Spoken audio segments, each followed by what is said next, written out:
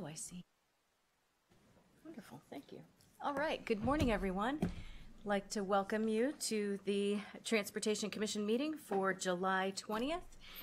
And exciting times in Oregon right now with the passage of House Bill 2017. Really honored to be a part of the Transportation Department right now, and grateful to the Oregon Legislature for their courageous actions and moving that forward, and the Transportation Committee that was able to secure what was necessary and put forth an investment in Oregon and Oregonians that I think we can all be proud of. And I will go ahead and turn it over to you, Director Garrett, for the Director's Report. Thank you, Madam Chair. Appreciate the opportunity. To your point, we know that the annual legislative session came to a close on July 7th. There were 2,829 bills, memorials, and resolutions introduced during the session, and of those, the legislature passed 881. We're going to speak to several today. Item D, we speak in depth to House Bill 2017. But I want you to know that we at ODOT celebrate what we believe was a very successful legislative session. It was dominated by House Bill 2017. As I say, in item D, you'll hear much more about that historic piece of legislation. That said, I wish to share with the Commission several other significant achievements that, notwithstanding the activities of HB 217 or 2017, would have made the legislative session this year successful because of what we accomplished in these areas here. So if indeed House Bill 2017 is the crown jewel from the transportation perspective, then these achievements represent the jewels that surround it. The first foundational piece of our efforts was the Senate Bill 5540. It's the Oregon Department of Transportation's budget. It was represents the culmination of many months of work by many dedicated people, beginning with the agency. There's commission fingerprint on it. We moved through the Department of Administrative Services, to the governor's protocols and disciplines, and on to the professionals at Legislative Fiscal Office to guide us through. Senate Bill 5540 represents a total biennial budget for the agency of $3.8 billion and includes 4,386 FTEs. The total budget fund increased by 4.4% from the 2015-17 legislative budget. So we have our foundational piece, and really, when all is said and done, that's what we need to get out of the legislative session. Everything else is important, but that is critical for us to do all the efforts we have. The other significant piece of information, really 8 years in the making, and watching some political winds blow in different directions. Senate Bill 374, which was the Real ID compliance, and it authorizes the department to issue driver's license, driver's permits, ID cards to meet the requirements of the Federal Real ID Act of 2005. Now, you may recall in 2009, the state of Oregon passed Senate Bill 536, which prevented ODOT from spending any money to comply with Real ID. This year's Senate Bill 374 repeals that law and directs specific actions for us to reach compliance and implementation by July of 2020. That date is significant because it aligns with the DMV Service Transformation Program effort that you'll hear about a little later today, and using that new tool to ensure the cards are compliant. The Real ID compliant cards here in the state of Oregon will be a voluntary option, with the current credentials being the default option here.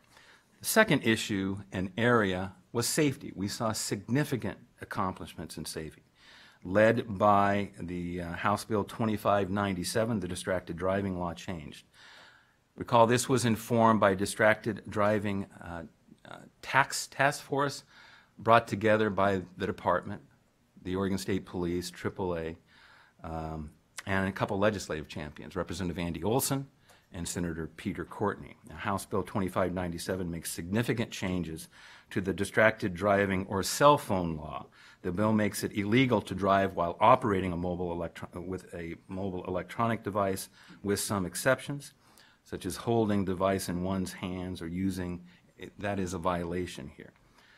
And you'll remember that the Distracted Driving Task Force identified many root causes, and one was the limitation of the current cell phone law, creating difficulties for law enforcement to cite as well as the courts to convict. It was based on an appellate court decision that brought, I think, ambiguity rather than clarity to how that piece of legislation was enforced.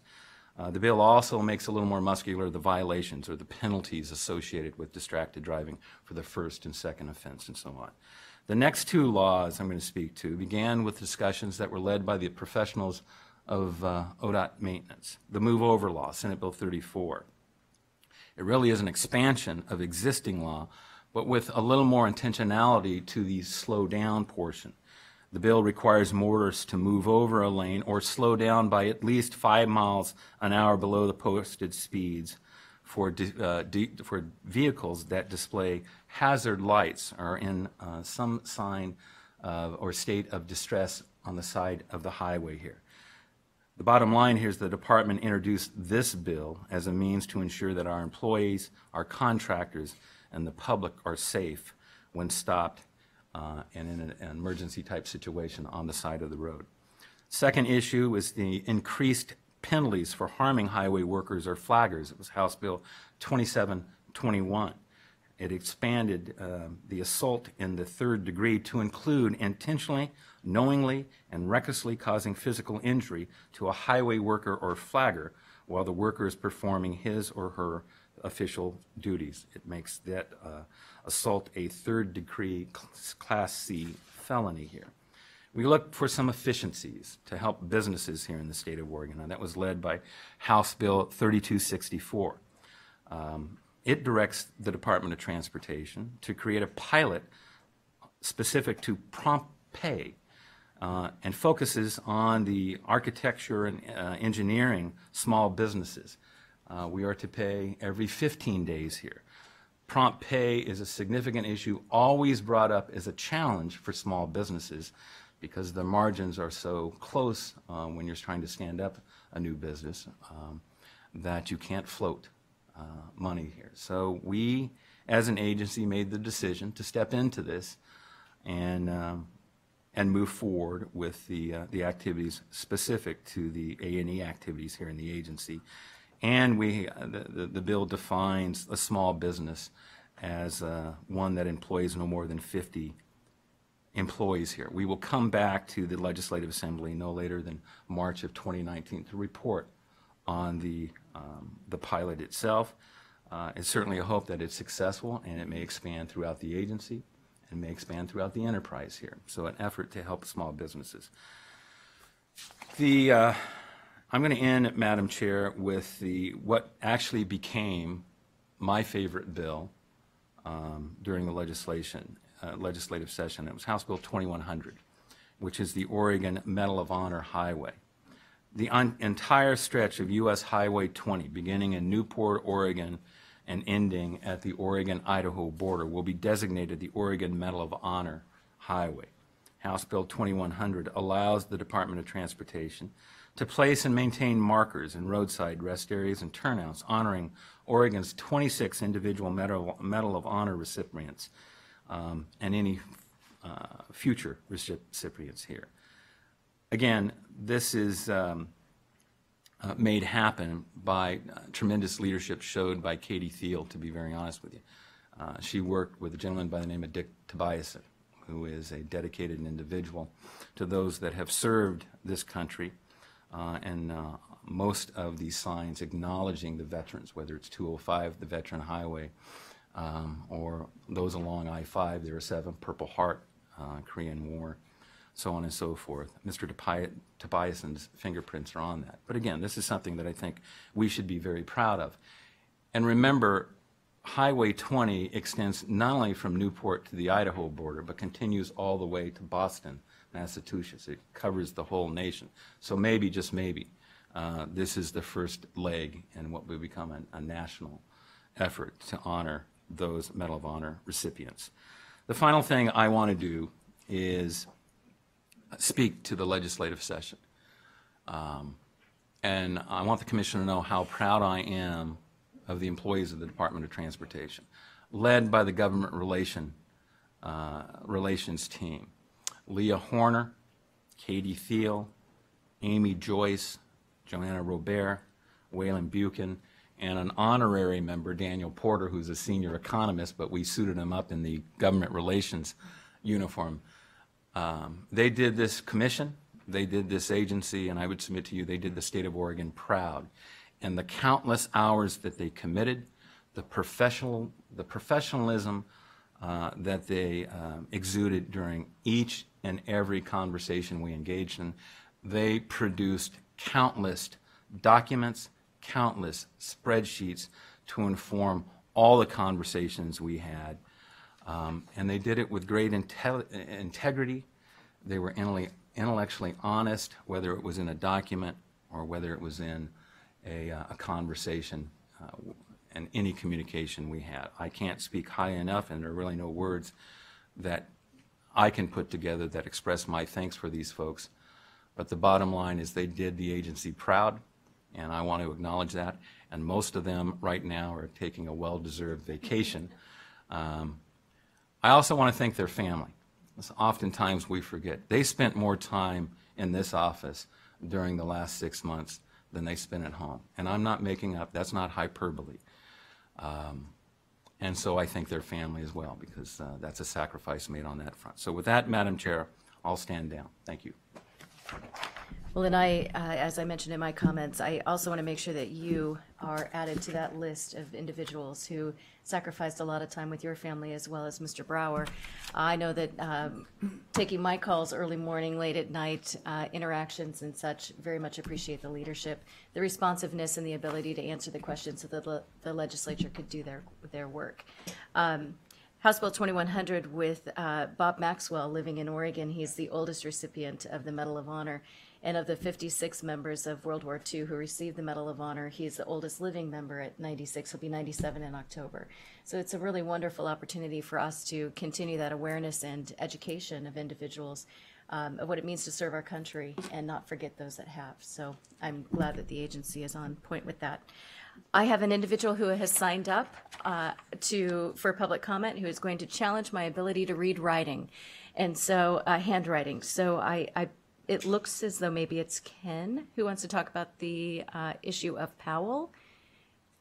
Okay, wonderful. Oh, good, very good. Come on down. Mark, is it Markin?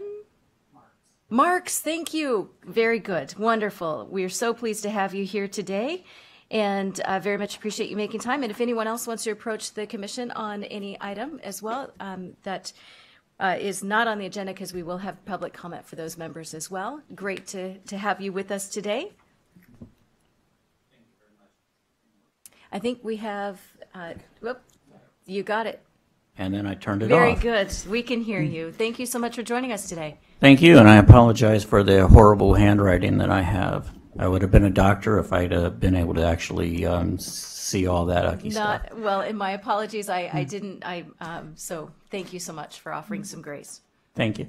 My name is Cam Marks, and I'm here today to represent the East Portland Action Plan.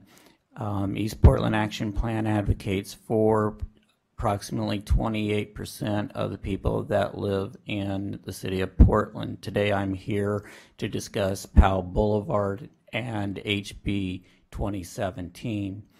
It is a pleasure to be here and to discuss the wonderful opportunity that you all have to impact the lives of tens of thousands of people that use Powell daily and live near Powell Boulevard. HB 2017 gave you the opportunity to fix what is one of the deadliest roads in the state of Oregon, and definitely one of the deadliest roads in the city of Portland. I'm here to urge you to immediately, or as soon as possible, dedicate the entire $110 million that was discussed that is needed to fix Powell Boulevard. Powell Boulevard cannot wait for 10, 15 years to be fixed. people are being injured and killed on a regular basis on this deadly stretch of road. And to back that up, I want to give you a story of the last time that Region 1 decided to do some major work on POW. It was in 2012 and 2013 that they decided to spend the majority of the safety funds in Region 1 and pave Powell from 205 to the city limits. I and many other people just attended public forums and told Region 1 and others that people would die if that money was used for paving and not for things like sidewalks and crosswalks. Within 1 year of a meeting that I attended in February 2013, 2 people died, both hit within blocks of each other at places where people in the community could have told you crosswalks were needed. That was at 125th and 133.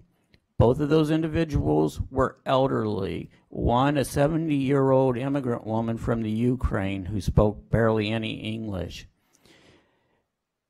The same thing is going to happen. It is a statistical fact. If Powell isn't fixed, and the sooner the better, more people are going to be injured and or killed, either pedestrians, cyclists, and or drivers, if this thing isn't done and done immediately. So I urge you to take the authority that you have under SB 2017 and direct ODOT to allocate the $110 million, fix Powell immediately, and then turn it over to the city of Portland. Thank you. Mr. Marks, thank you for making time to be with us today, and we will be talking about implementation and how we move forward with the opportunities that have been given to us by the legislature. So thank you very much for your advocacy and for joining us. Thank you. Next, I'd like to ask Mr. Ramakrishnan to come and join us, please. And then do we have anyone else that would like to approach the commission after? All right, so please, the floor is yours. Nice to see you again.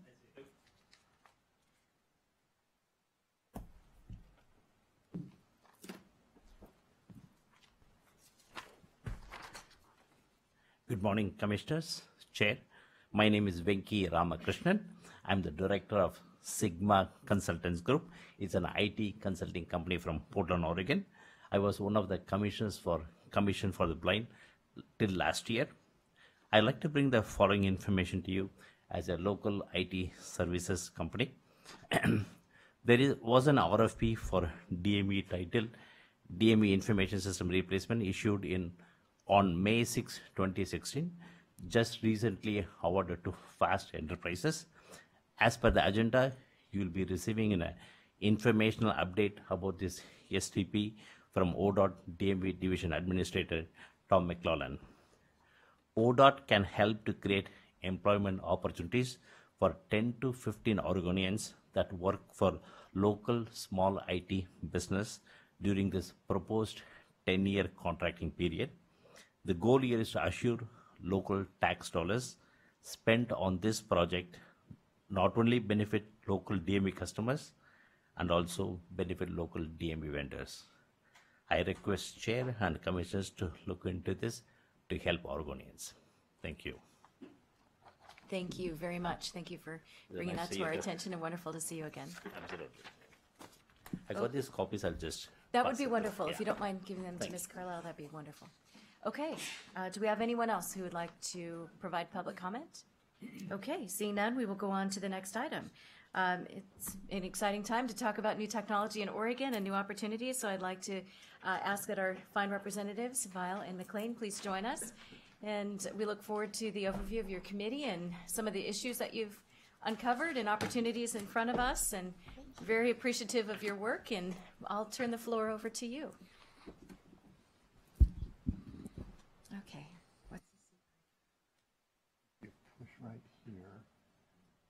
come on, red. There we go. Yep, now you turned it off.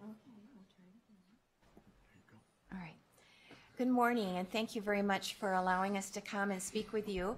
I first of all really want to, as a legislator who just heard the director's report, want to thank you, the commission, and the director, and all of the staff for all of the wonderful support that we had during the legislative session. And coming to all the evening meetings, I appreciated seeing your faces in the audience. And also, I want to say, especially to the director, that I never had his staff do anything other than provide information immediately with a smile. And Leah especially was just fabulous on getting things over there just as quickly as she could so we could continue on with deliberations. So thank you all very much.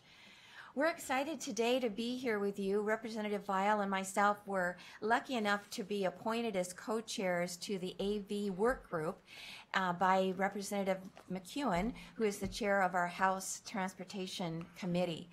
And we didn't know what we were exactly getting into when we started this endeavor, but it's been amazing and exciting and really thrilling to see the new technology that is facing the world and facing the United States and Oregon as we go forward with this new industry. I think the governor's office, the legislature, and I'm sure the Transportation Commission are all excited about the possibilities and the potential. But as we look forward in our public policy work, and also as we look forward as being folks that are trying to make sure that we've covered all of our bases for safety and for technology working and functioning the way it should, and making sure that we have transitions to this new part of our transportation system, I think it's going to be extremely important that we are aware of national trends, world trends, looking at how the national safety conversation is going, looking at seeing what the federal government is thinking about doing, whether it be an executive order or whether it be some actual Congress action as we go forward in the next couple of years. I want you to know that in Washington County, where both of us come from, we're having some testing on AVs this next week during a very busy Washington County Fair weekend on Highway 26.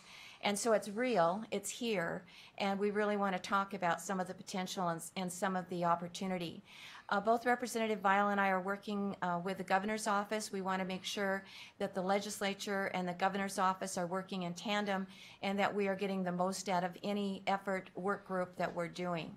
I'd like to tell you just a little bit about the work group. We've had 5 meetings, and I'd like to just discuss for a minute some of the issues that have come up and also some of the potential that's come up in our discussions.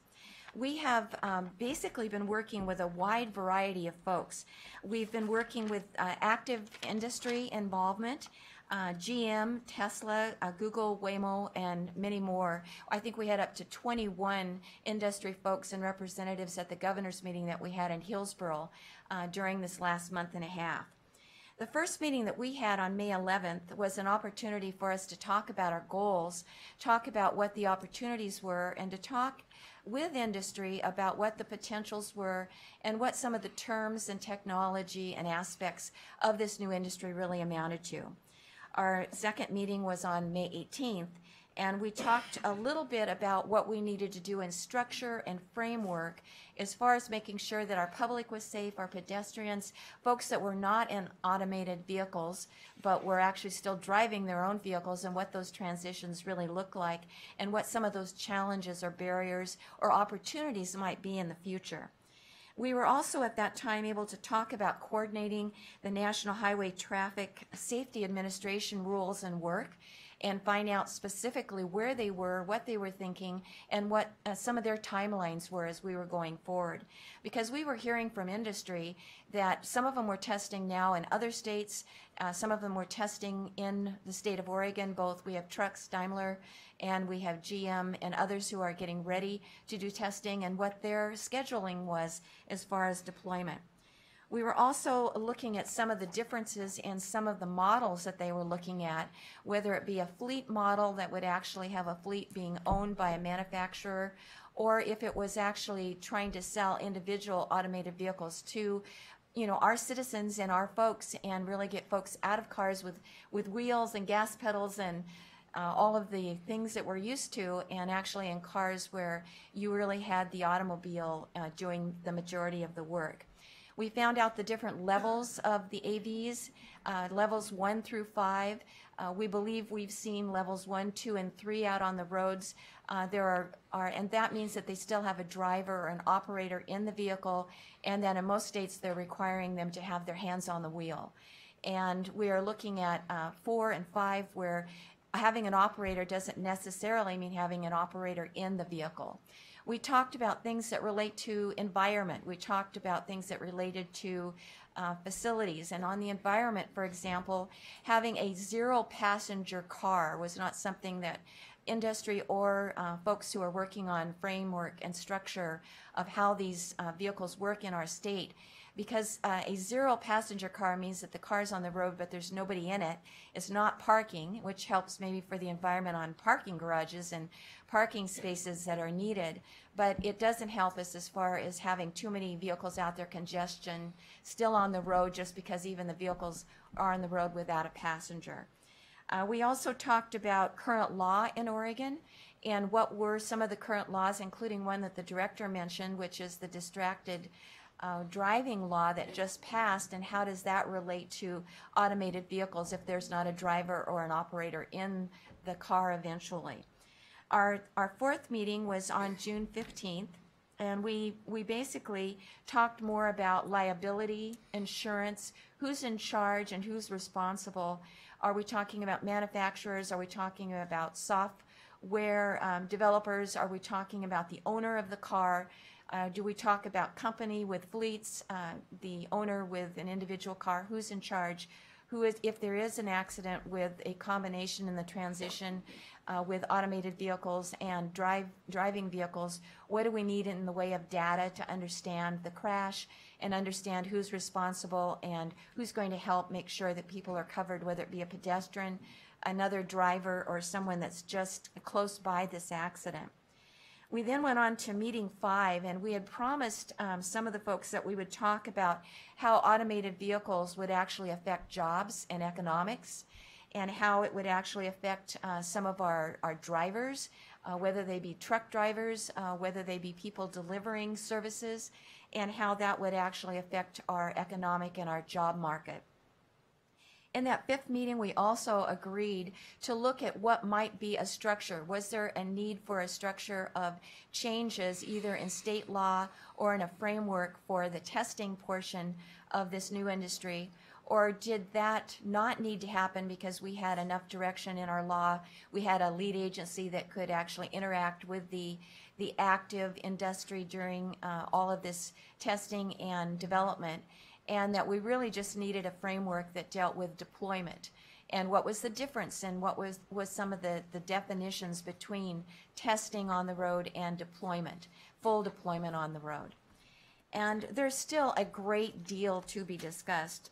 We are talking at our next meeting, and our next meeting is going to be on July 27th at 3 p.m. in room 350, and everyone's welcome to come. And we are talking about if there is a need for any legislation in 2018 or 2019 for testing and or deployment. And we're talking about what would be on that list of issues that we would talk about. What would be some of those issues that ODOT might consider to be important as they are interfacing with this new technology and with this new industry.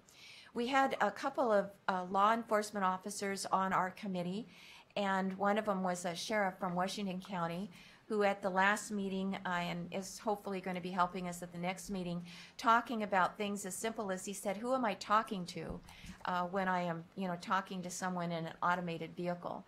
Am I talking to somebody who is an employee? Am I talking to a licensed driver? Am I talking to a company? What are we doing as far as law enforcement and actually, enforcing the laws in the state of Oregon? Who are we talking to, and what do we need? We also talked about something that I'm sure you'll be interested in, and that is smart intersections and the technology that the state of Oregon might have to be involved in to make sure that these cars can actually function on our roads. And when we were in the meeting with the 21 industry folks in Hillsborough, I asked the question about what did we need to do to show that we were open for business and really impressed and wanting to be partners with this industry. And the first thing that they said was, fix your roads. and fix your intersections and look at smart technology for your intersections.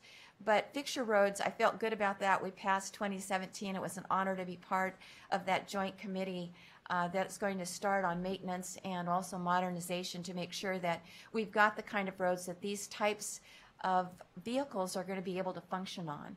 They have a lot of cameras, they have a lot of technology, and they need to have smooth roads, and they need to have roads that can actually handle what they're doing. And so I want to turn it over to my partner, Co-Chair Representative Vial, who will continue on with the conversation about what we've covered and what we think is coming next. Thank you very much, Chair Boehne, members of the commission. I am really lucky to have, as a freshman, I don't get to do many things that I call freshmen at 62 years old, and this one was really fun. And as a freshman, to be able to have the opportunity to work with Representative McClain on this particular project is absolutely a thrill. It is a fact that 94% of the automobile accidents that we experience in the country are a result of driver error. And one of the very exciting things about this project is that if we can manage our way through this transition, the technology is going to save lives. 35,000 lives a year, potentially. And I think that's a very exciting part of this. One of the things that we have heard, however, is that not all of these companies are of very different opinions about where we are in this technology. If you look at Tesla and Uber and Lyft and Google and Ford and Volvo and Daimler, they're all working very, very hard on the technology. But Tesla's primarily focusing on situational awareness, using those cameras and the stripes on the road and the way that the intersections work. Whereas GM is working primarily on a GPS kind of system and doesn't necessarily rely quite as much on the pieces of the road. All of them are working on the idea of how cars interact with one another and how they interact with a pedestrian, with a deer, with a dog, with a ball that rolls into the street, all those sorts of things. And none of these things have reached a point at which point I think Susan and I have agreed we are confident we can say we understand it well enough to be confident in how legislatively we might approach it. I think it's interesting that that Governor Inslee up north of us here has actually issued a statement, an executive order 17-02 that says, we want you, we're welcome for business, come on, have at her, with virtually no significant sideboards on that process. That's a little bit troubling for us. We're confident that we need to maybe slow down just a little bit.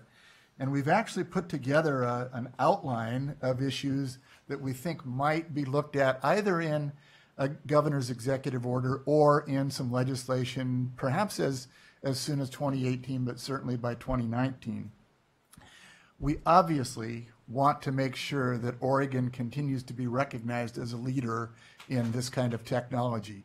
We've got, of the country's 7 drone testing facilities, for example, Oregon's got 4 of them. We're a definite leader in that kind of technology, which can be very simple.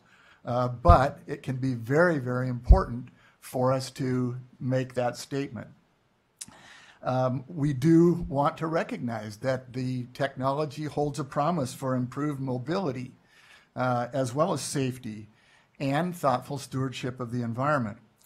We sought a legal opinion during this process, and we came to the conclusion as a result of that legal opinion that right now, Oregon has all of the laws in place necessary to allow full testing and deployment of any of these technologies up to level 3, as Representative McClain described, which have an operator in the car.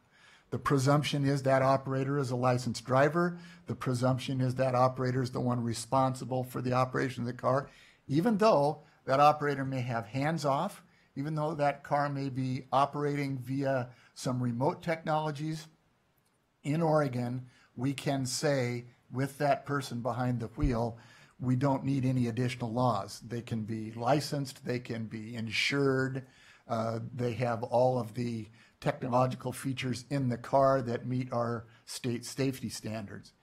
If we go beyond that to level 4 and level 5, we don't have it yet. NHTSA has not even given us any clear indication of what minimum standards might be in terms of how the software is loaded on, in terms of how it communicates with remote locations, in terms of how the privacy of that software and the privacy of the owner of that car are going to interface. Those are all issues that we have not yet resolved, and therefore I think we've got to be somewhat circumspect and be a little bit careful about the steps that we take. We definitely want to recognize, I think, NHTSA as the agency that we're going to have to look to, because this is not going to be a localized issue. This is going to be a national issue. So I think we're going to make a statement once we get to the point of a governor's statement or some legislation that this is going to be NHTSA. However, ODOT, we believe, should be the agency that then goes to the licensing of operators, insurance requirements, and any kind of special permitting. Now let's recognize one thing. Licensing an operator seems pretty simple today. Somebody walks in, takes a test, gets a license issued. However, in this environment, we may be asking to license a company. And if that company then becomes the operator, how do we deal with that company's use of that operator's license? So there are some questions that we're going to have to be very thoughtful about. With respect to pilot programs, we do have pilot programs occurring right now. Daimler's been out on the road with big trucks out on 84. There is, however, an operator, a live body behind the wheel of all of those cars, even though that body may not be touching the steering wheel or putting a foot on the brake. And they are successfully doing those testing. That has been done with cooperation of ODOT.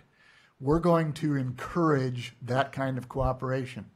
As we look at the law, we don't believe we can demand or require that kind of interface, but we are going to encourage it, and that will allow us as a state and those who are doing the testing to share information that I think helps both parties. And that's how we hope to sell the concept, is that it will be helpful to both parties. We are looking at suggesting the appointment of an advisory committee that would be somewhat permanent, or at least last long enough that we get through the transition phase of this very new technology.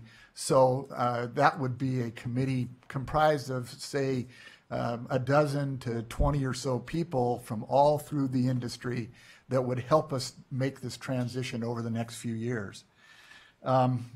We have some principle statements that we'd like to consider. Privacy, owners, manufacturers, the agency.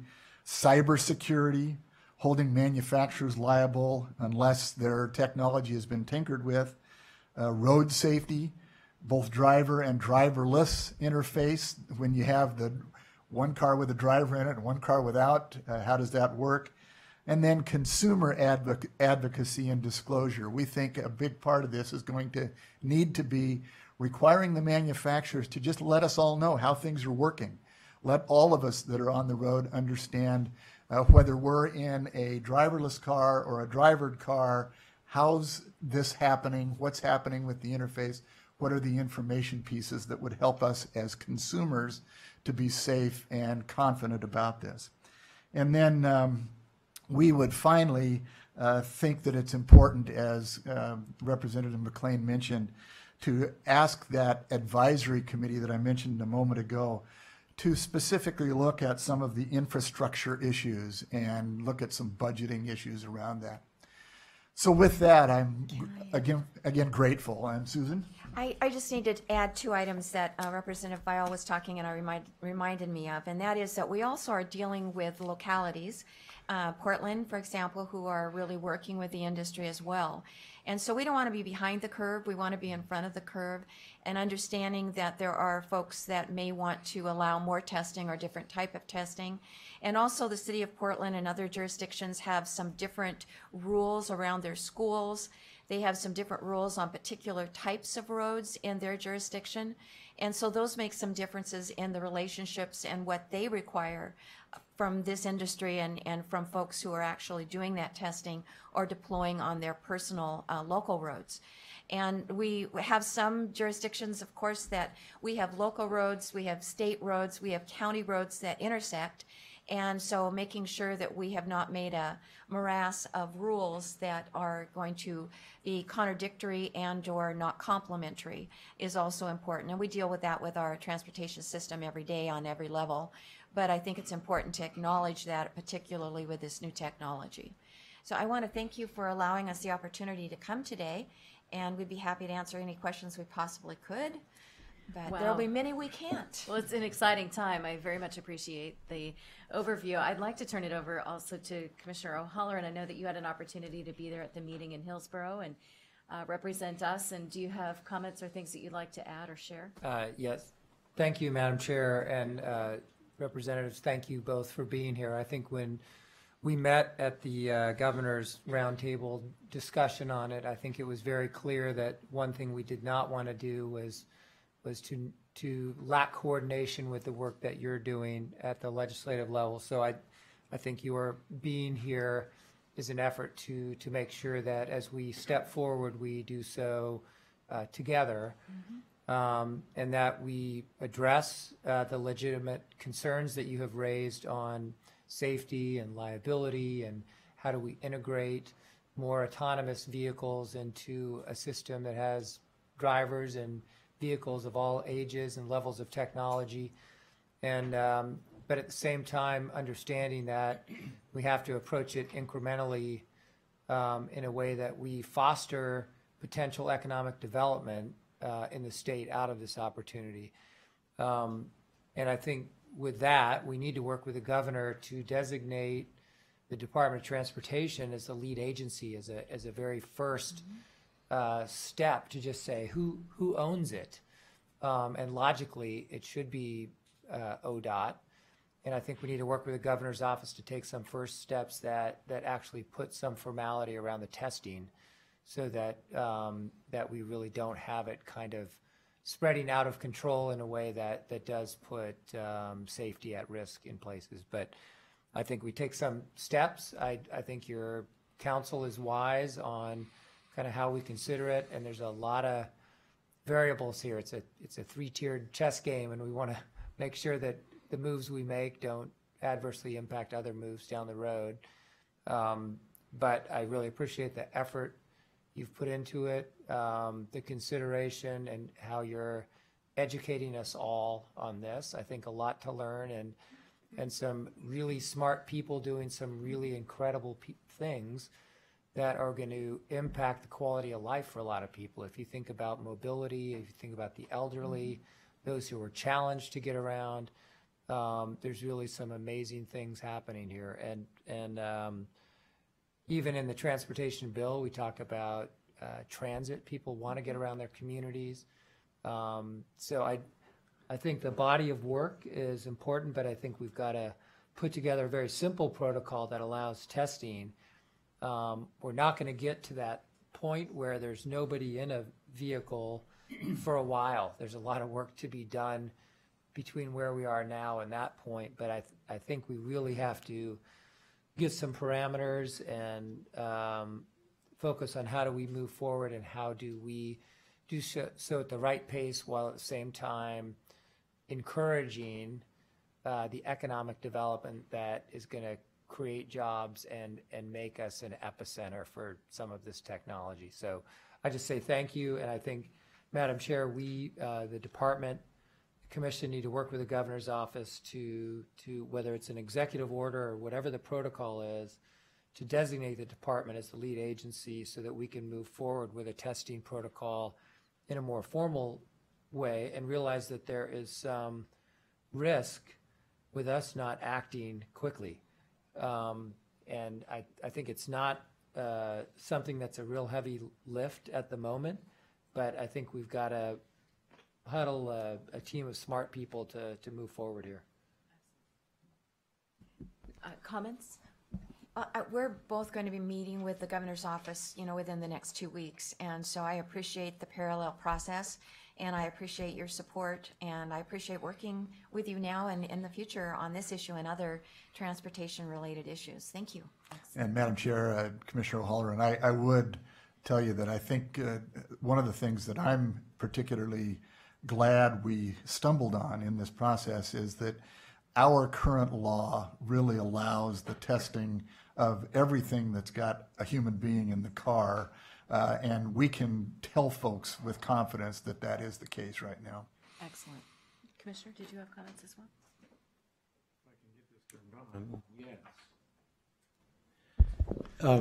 Thank you for being here. As I think you know, we're working right now on a 20-year plan for public transportation. And of course, this autonomous vehicle technology can play a huge role, I think, in the future of public transportation. And we're trying to think, 20 years ahead, when 5 years from now the technology may be very different than what we see today.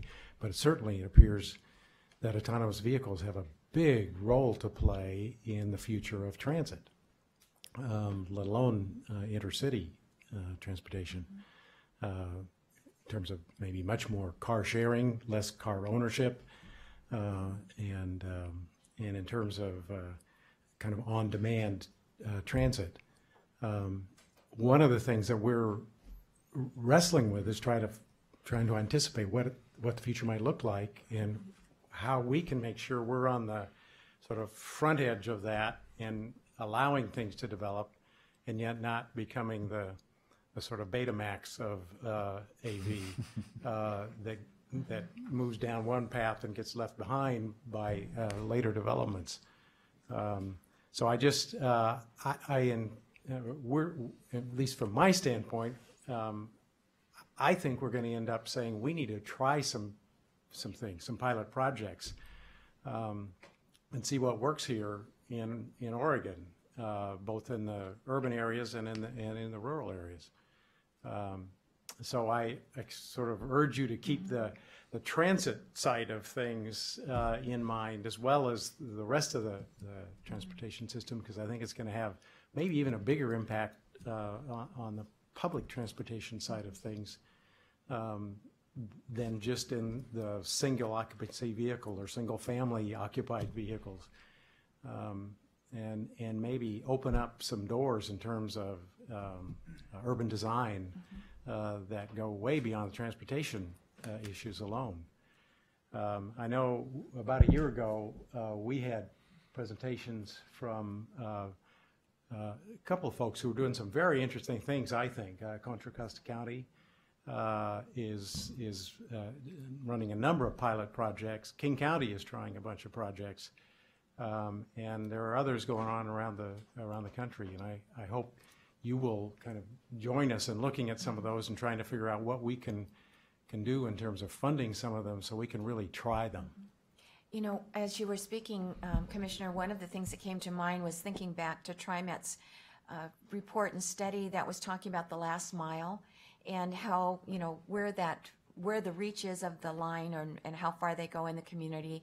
And we've heard, and I've read some articles now, I've got a 6-inch binder on all of these things with automated vehicles, but was talking about that last mile and how automated vehicles could be working with TriMet and other transit companies to provide another type of service for that last mile and making their reach, twice as much in many ways in many communities. And the other issue that when you were talking that came to mind was the idea that, again, we always have to have those plans that are looking 10, 15, 20 years out. But you guys have seen in your lifetime the changes that we've seen just on the kind of smart transportation mechanisms that we have now to help us with just information, and it's helping us on the road. And so I think if we stop and think back about what it used to look like and what it looks like now, that you guys are situated in such a way that it's exciting. Because I hope that we can fund and find some of those projects that we can embrace. But thank you so much for your time and your energy on this commission. If I might, Chair Boehne, I'm sorry to take yet another moment. I think Commissioner O'Halloran makes a very important point, and that is that while it looks like we may be a ways out and the industry is not of agreement on where we are right now, allowing closed track testing, for example, of transit buses is critical. But the one thing I think we've got to do is we've got to assume it's going to be here tomorrow. We need to adopt a means of getting quickly into a place where the deployment can take place by having on the shelf a set of laws, a set of standards that can be immediately implemented. I can't wait for NHTSA to get that done for us, because that's going to be the key first step. But I think Commissioner O'Halloran nailed it on the head when he talked about the need to make sure that we do not let industry think for a moment that we're not prepared for anything that they can bring us. So that's our commitment. Excellent. Please go right ahead.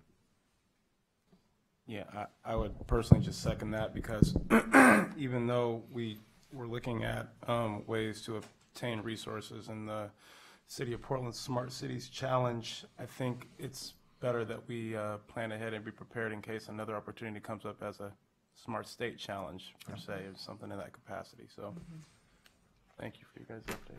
Well, we welcome the partnership and thank you for your work, and we know that there's a lot more to come. So we will see you later this afternoon as well, and thank you so much for your commitment. You bet. Thank you. Okay, next we have an overview of House Bill 2017, which is pretty much what we're going to be doing for the next few years.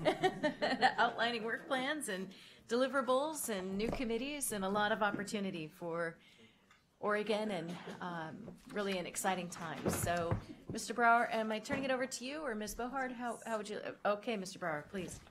Madam Chair, members of the Commission, for the record, I'm Travis Brower, ODOT's Assistant Director, and I will start us out today. And then we have a robust panel of folks from ODOT who can walk you through this bill. The ink is barely dry on this bill. In fact, I think some copies are still coming off the printer hot, and so it has not yet been signed into law. It has not yet gone into effect. At this point, we are still wading through the details.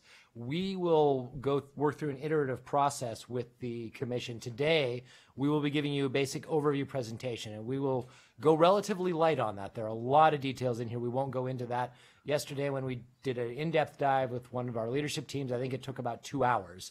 So we want to have plenty of time for your questions. So we'll be relatively quick when considering this is a multi-100-page bill.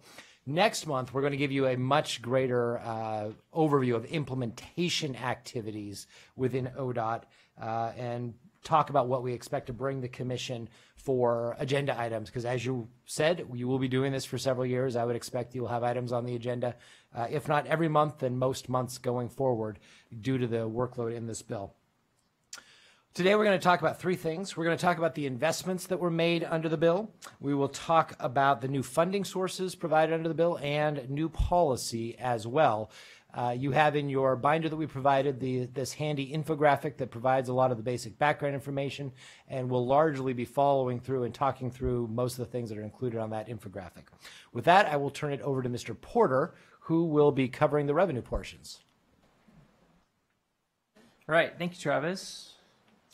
Good morning, Chair Boehne, members of the Commission. For the record, Daniel Porter, an economist here in the Department of Transportation.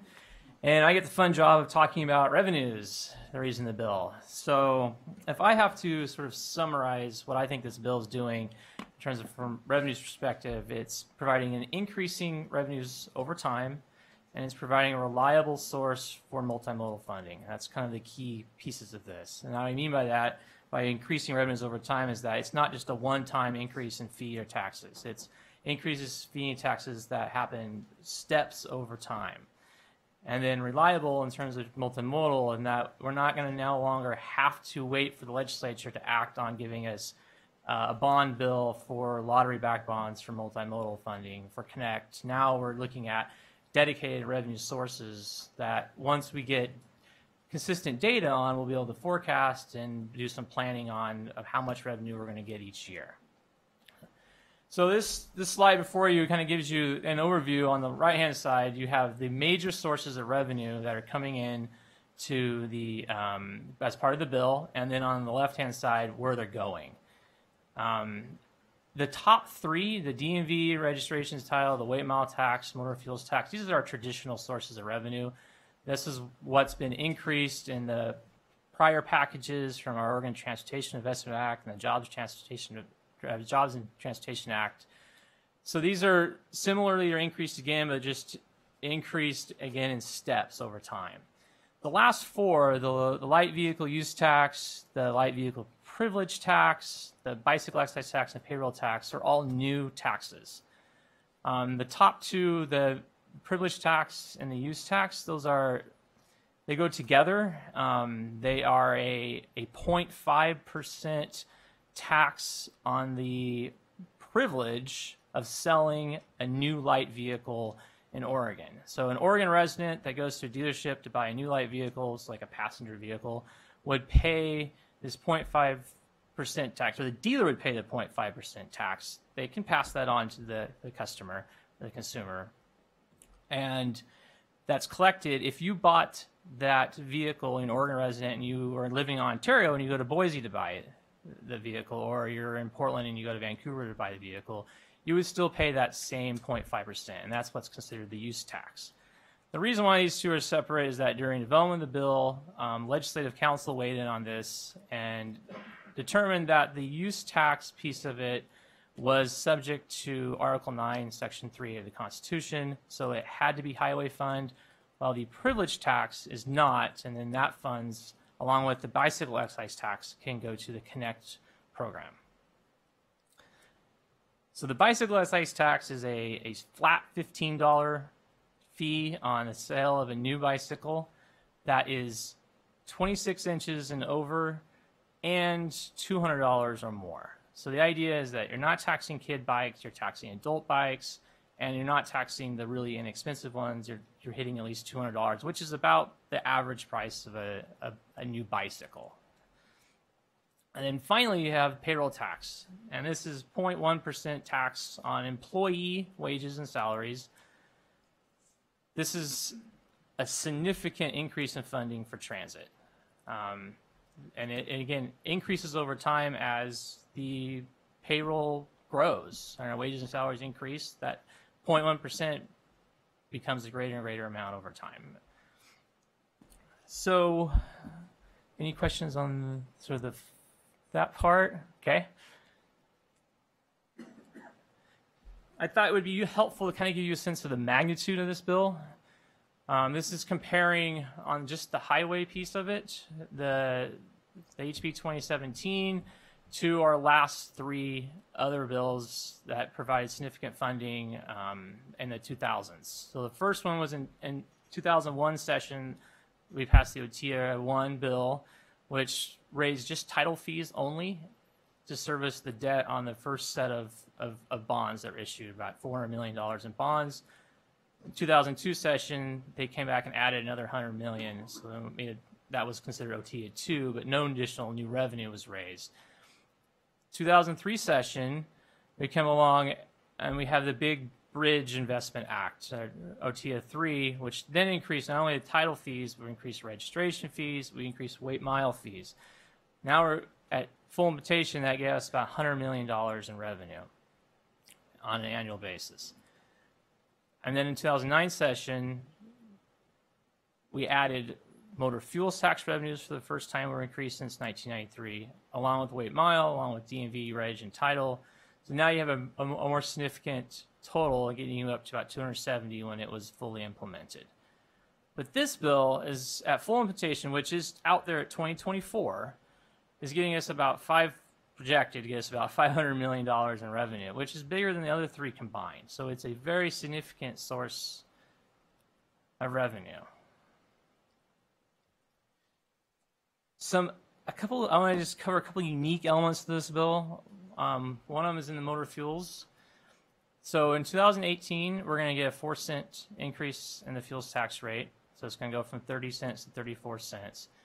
But then you see the steps in 2020, 2022, and 2024, where you're going to get an extra 2 cents each 2-year period, but it's conditional, and we call it triggered. But it's conditional on a certain set of things have to be done. Okay, and I'm sure we'll get into that later about what it is. But if we meet those conditions, then we potentially can get the 2-cent increase, and we can go from there up to 10 cents total by 2024. So this is not only are we getting the steps, which is kind of unique in the bill, but you're getting this sort of triggered piece of which is unique in this bill. The other thing that's really interesting is you can see this in the registration and titles, is this concept of tiering. And 2018, we'll get a flat sort of step increase in passenger registrations and in titles, light titles, and registration is $13 going to increase. But then in 2020, you get this tiering effect takes place, which is going to give us a registration and a title fee that's variant dependent on the fuel efficiency of your vehicle. And the idea is that passenger vehicles or sort of light vehicles all do about the same much damage to the road regardless of what your fuel efficiency is. But a higher fuel efficient vehicle will pay a lot less in gas tax than a lower fuel efficient vehicle. So this is an attempt to sort of mitigate that by having a higher fuel efficient vehicle pay a little more in registration fee and title fees. And an electric vehicle, which pays no fuels tax, would pay considerably more in registration and title fees. And that's what the EV is, electric vehicle. So you have a step, then you have the tier, and then in 2022, you get this next step. So I have you can think of a little dance move like step, tier, step kind of thing, and it gets you a way to remember this. And finally, as each one of these bills packages, we have sort of some off the tops and unique distributions, and this is sort of summarizing that for the highway side. The total amount that's available, there's first you take a $30 million piece off the top that services the debt for the Rose Quarter project. And then there's a $10 million off the top initially, which becomes $15 million in 2023 for the Safe Routes to School program. Of what's left over, that's split 50% to ODOT, 30% to counties, and 20% to cities. So ODOT's share then is about 46% of the total amount that's available for the Highway Fund program. So with that, I'm going to turn it over to Mr. Mather, who's going to talk about that 46%.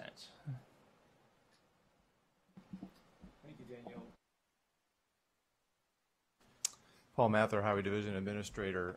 So focusing on that chart right in front of you there, the ODOT apportionment of 46%, if you then take a pie chart just of that 46% of that and follow it through the bill, doing the takedowns for the debt service, the splits for preservation, seismic, bridge, the requirements off the top of our share for small cities, the rest areas, the $10 million for safety, so forth. This is a rough breakout of what overall it looks like. I do want to caveat as I go through this, Daniel explained very well to you how this is tiered through. The charts that I have in front of you are based on full implementation. Obviously, as we tier through this, they're going to look a little bit different, but I jumped ahead to say 2025 when we're full implementation, just to give you a sense of what the bill's going to do for us.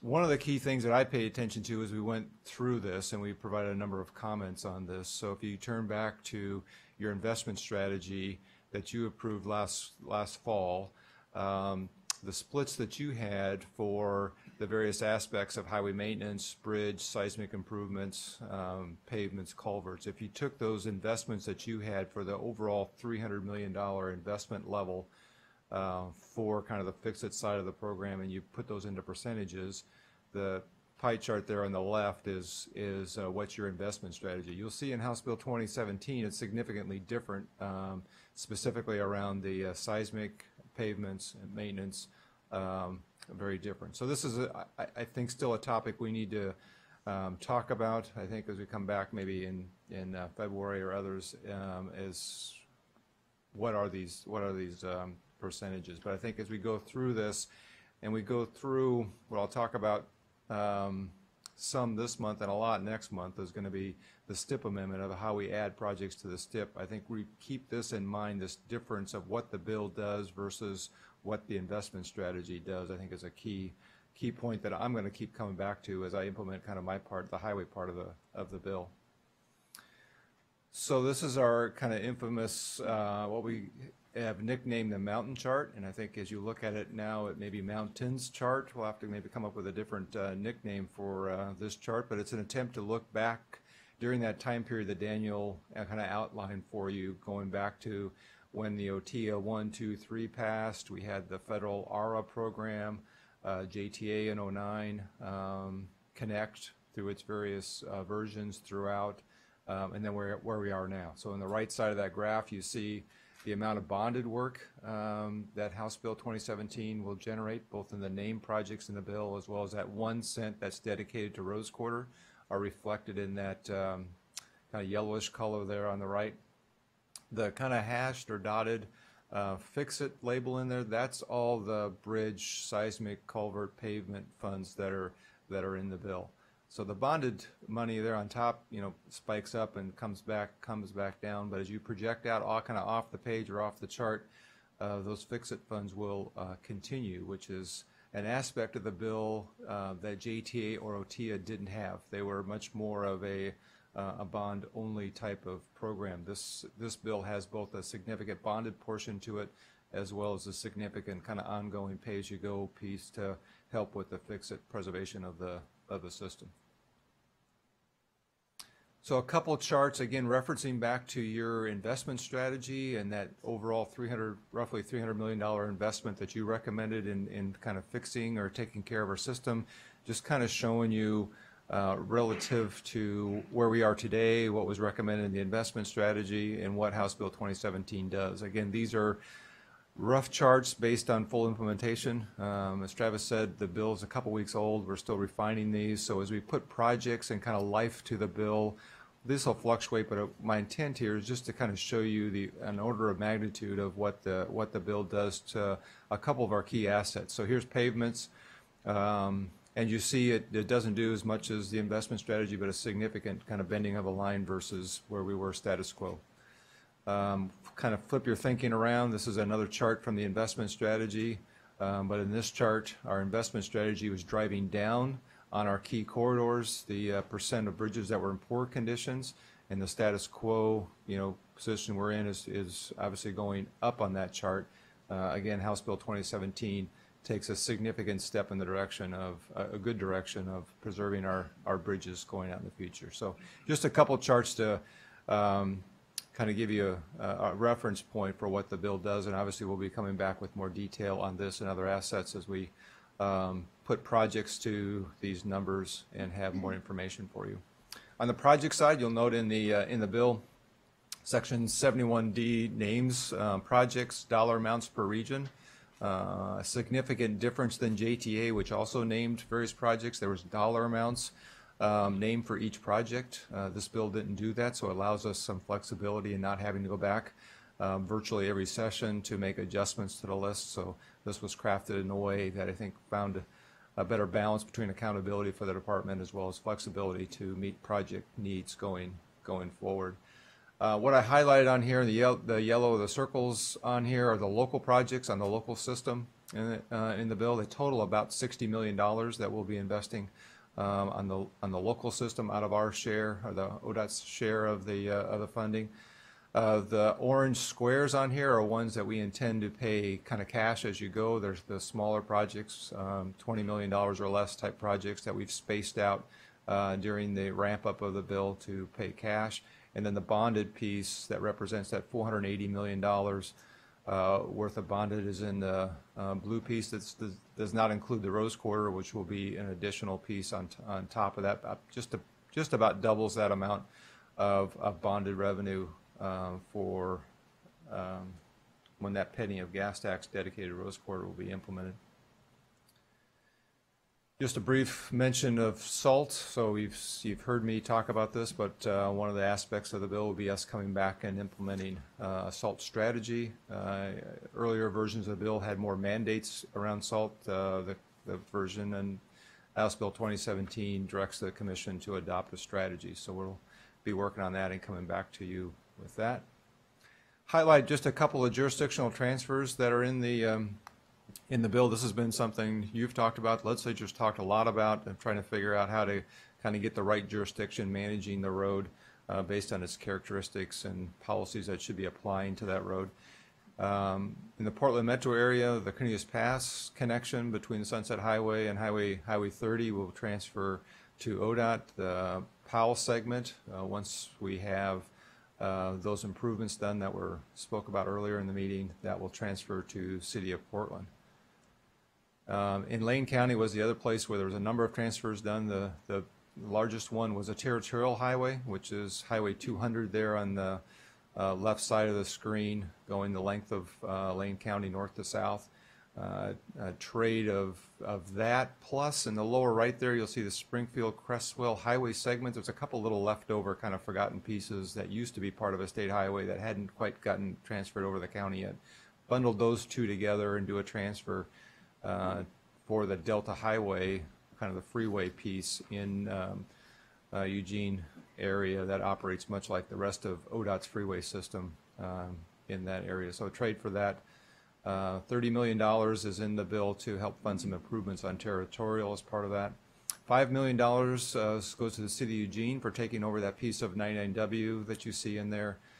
City of Springfield has a local project. In exchange for that local project on 42nd Street in Springfield, they're taking over a small segment of Pioneer Parkway, or what we call the Springfield Highway. So we did some jurisdictional transfers, not maybe as much as some had hoped for, but I think we provided some pathways to better align our jurisdictions. So here's what you're going to hear a lot from me about over the next several months. And this is the STIP amendment that we're going to need to do fairly quickly to hopefully later in the meeting you're actually going to adopt the next STIP, the 1821 STIP, and I'm already talking about an amendment to a STIP you haven't even adopted yet. And it's going to be a very significant STIP amendment. It could be, I haven't added all the numbers up, but it could be as much as $600 million that we're going to be adding to the STIP to implement this act. What that STIP amendment will include is obviously all the named projects that are in the bill that I went through. It will also include the new revenue generated with that first 4 cents in reg title fees that will go towards fix-it projects, bridge, pavements, culverts, the split that I showed you earlier.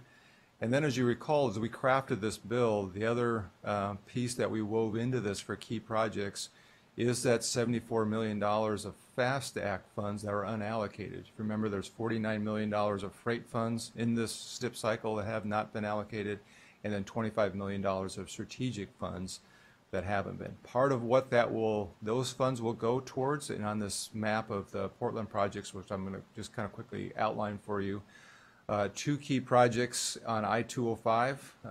In the bill, it refers to the I-205 bottleneck, which is an auxiliary lane on the Powell, in Powell, I-84 northbound. That's in that dashed line there on 205 in the upper right of the graphic, as well as the ATM project, or the same type of automation that we see on 217, implementing that in that same segment of 205. Those 2 projects total about $30 million.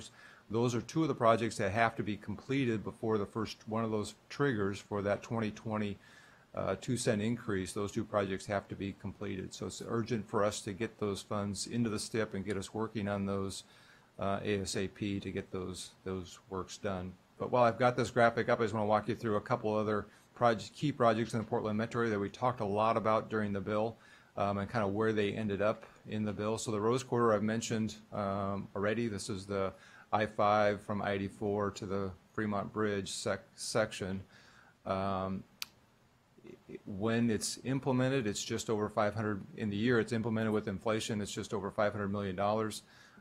To build that project. The penny of gas tax, or about $30 million bonded in that time period, will generate slightly less than that.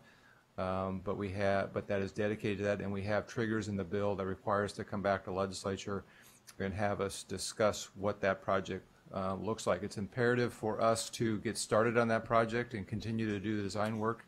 It's a project you've already put money towards, but we need to put more towards the design so we understand those issues with the project and can inform the legislature on our progress on the project. So part of that $74 million is going to go towards improvements or in the design development of that project.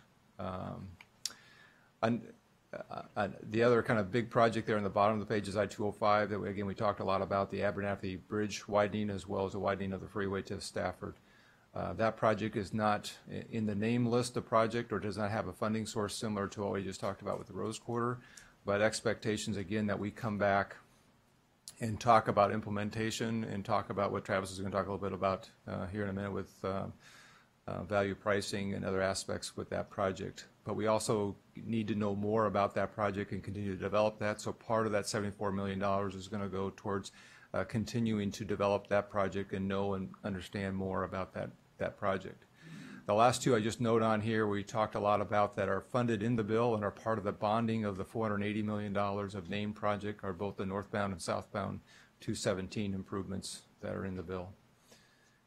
So I think that slide alone, I think, illustrates for you some of the complexities of the bill and interrelationships of the bill, and also just gives you a glimpse of what's ahead of us and my challenge in bringing a very, very complex and interwoven STIP amendment to you next. My plan is to bring that to you next month in draft form, and so you have a chance to take a look at it and have a chance for me to try to explain all the different pieces and how they all fit together. What I'll be looking for you is some feedback on how much review time you want to have for this very, very large amendment, knowing most of it is prescribed in the bill of what we have to do, but given a STIP amendment of this magnitude, we probably want to pause a little bit, but not too long in that we have to have it approved so I can get staff working and we can get these projects moving forward to hit those triggers and to get product on the ground this coming summer. As expectations will be high for the department to deliver projects and show progress this coming summer on the ground. So more to come on that. Jerry.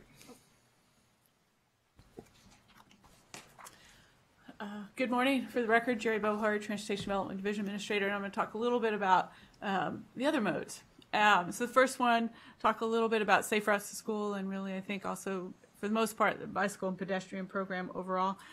You heard Daniel talk about safe routes to school, so the $10 million, which increases to $15 million. There is a 40% cash match with that. It does drop to 20% depending on small city, safety corridors, Title I schools, so some outs with regards to that. It's going to require that you, as a commission, establish the program design. So we'll be going through rulemaking with regards to that. We also, this $10 million is essentially split in half going to the local system, half to the state. So we see a competitive grant process relative to the $5 million. Still working through the other half, but just sort of recognize that there'll be some work associated with that. Think about bicycle. Part of this equation gets a little bit confusing. So the good news is we have the 1% bike, and that will increase, obviously, with the increase in funds that you heard Daniel talk about. We think just roughly right now with numbers, that's about $500,000 per year up to potentially $2 million by the end of the 10th year. So that 1% will be added to that. There is money within the Connect Oregon program. You heard Daniel talk about the bike excise tax, but there is also 7% that will go to bicycle as part of the Connect Oregon program. I'll talk about the Connect Oregon program in a minute, so there's a little bit of nuance to that. So it doesn't happen for a while. And then the other is also in the program, and probably something that we need to do a little bit more work on, is that in the bill there is additional funds that come through reimbursement through parks, and so we need to get a better understanding of what that is, how much money that is, what that process will be. So there are some opportunities within the bicycle and pedestrian program, just a little bit more work that needs to go on to fully understand what implementation looks like. So I think where a really big heavy lift is, and I know that Hal Gard, Division Administrator, sorry, he's not here. It was his week of vacation. So, but it is very exciting about what happened with regards to public transit and the employee tax and the benefit that it's going to provide, I think, to all the transit providers around the state. But with that comes a lot of work and a lot of responsibility. So first and foremost, it essentially separates this funds out into four key areas. 90% really going out to the providers. So whether it's counties, mass transit districts, our recognized tribes, all of those folks. So there's a formula associated with that, and that's really where the bulk of the money is going. There is 5% that's going into a competitive grant program. One of the things, Connect Oregon no longer includes public transportation. I think this is sort of that replacement, so that 5% competitive grant program, again, you can see there's some work with regards to developing that. 4% really going to what we call inner city, so recognizing those connections between communities, at least 2 or more communities. So that will be an opportunity there as well. And I think also just the last 1% is really important. It's a technical resource center, allowing really for our staff or others to assist providers in rural areas, whether it's training, whether it's planning, whether it's information technology. So kind of getting to the points that Commissioner Lohman brought up. Just sort of the recognition, I think you all know, sometimes we have some really small providers and they're wearing 5 hats simultaneously, and it's hard for them to sort of move forward. But I will tell you, certainly a theme with regards to this transportation bill is accountability and transparency. And that is very evident in what needs to happen with regards to these new funds. So in order for any funds of those 90% to be distributed, they're going to have to do a plan. And we're going to have to go through rulemaking to describe what goes in the plan. They're also going to have to report ultimately with regards to how they expended their funds. We're going to have to roll that up. It's a report that ultimately the commission is going to have to report back to the Joint Committee on Transportation. So there, as you can see, there's really just a lot of work that's going to go into making sure that these programs are up and functioning, and then that we're accountable with regards to the monies that we spend there. I think what we're really looking for in the 90% is around increasing the frequency of buses, expanding the routes that are within the communities. So those plans are really going to have to discuss how they're moving public transportation forward. So changes to Connect Oregon. So I think one of the really key ones is that within this bill, there were 4 projects specified within House Bill 2007. 2 of them are transloads facilities, one of them in Eastern Oregon and one of them in the Willamette Valley. And then also a rail expansion at the Port of Morrow, and then a rail siding in the Brooks area. Those projects total a little over $60 million. So we have that coming forward. I can't remember in a little bit in Connect if Daniel really got to the numbers, but in another House bill in capital construction, $30 million was identified out of lottery funds for Connect Oregon. And then we have the privilege tax that he talked about. So the sort of the bottom line right now for the next biennium is that we have approximately $41 million, I think that number is right, we have $41 million for Connect Oregon, but we have a little over $60 million worth of projects. So that means for this coming biennium, there will not be a competitive Connect Oregon process. It also means that there will not be the 7% allocated to the bicycle program, and it means that second biennium we'll see what Connect Oregon looks like, because we'll still have some needs that go forward with regards to these projects. One of the interesting things about this projects, the 4 projects that were specified, there's language in the bill that says up to 5%. So particularly for our transload facilities, there's some monies that have been allocated in order that they can do a plan. We do envision that as part of that, we'll go through some rulemaking to identify what goes in the plan. As a commission, you all need to approve the plan, so making sure we have the criteria for what that looks like. So obviously, we have some work to do there. Once we go through those projects, we actually have, they've differentiated the program essentially into 2 parts. So if the Connect Oregon program is $75 million or less, so setting 7% goes to bike ped, but then we typically have just the regular Connect Oregon program that we've all been familiar with. If we end up with 75 million or more in the Connect Oregon program, then we actually break the program into 2 parts, with a portion going to what we call sort of the regular program. And I'm going to get my numbers wrong, so let me make sure I have them right. 47% going to what we call Part 1, which would be what has been our typical Connect Oregon program, and then 45% going to projects of statewide significance. And there is criteria within the legislation that really lays out what is a project of statewide significance. So we have a little bit of work to do there with regards to rulemaking. And I think most importantly, one of the things we actually, I think we probably have the first assignment of anybody else, and that is the report that's due in September for interim days about how we would streamline the the application submittal process. So I know I went through that quickly. I can see Commissioner Lohman looking very quizzical. So You mentioned the plans that we will have to approve. I didn't understand plans for what. Is that for the specific projects, those the 4? specific projects, and it's primarily for, we envision for the 2 transload facility projects, although it is for all 4 projects. Okay. And I don't recall if there was specificity on whether or not the benefit costs was part of those, so those are not, okay. Would the commission have the opportunity to Yes. have some sort of benefit costs? Chair Boehne, that's our belief, which is why we want to go through the rulemaking. So it's really clear what goes into the plan and what your criteria is for how you would approve the plan. Excellent.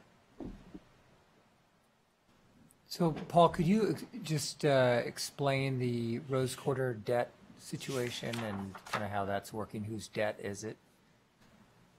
I'll make an attempt. So first of all, as I explained, it's a penny off the top, dedicated to that project. That we're assuming that penny is going to generate about $30 million. That will be our debt that ODOT will assume to build the project.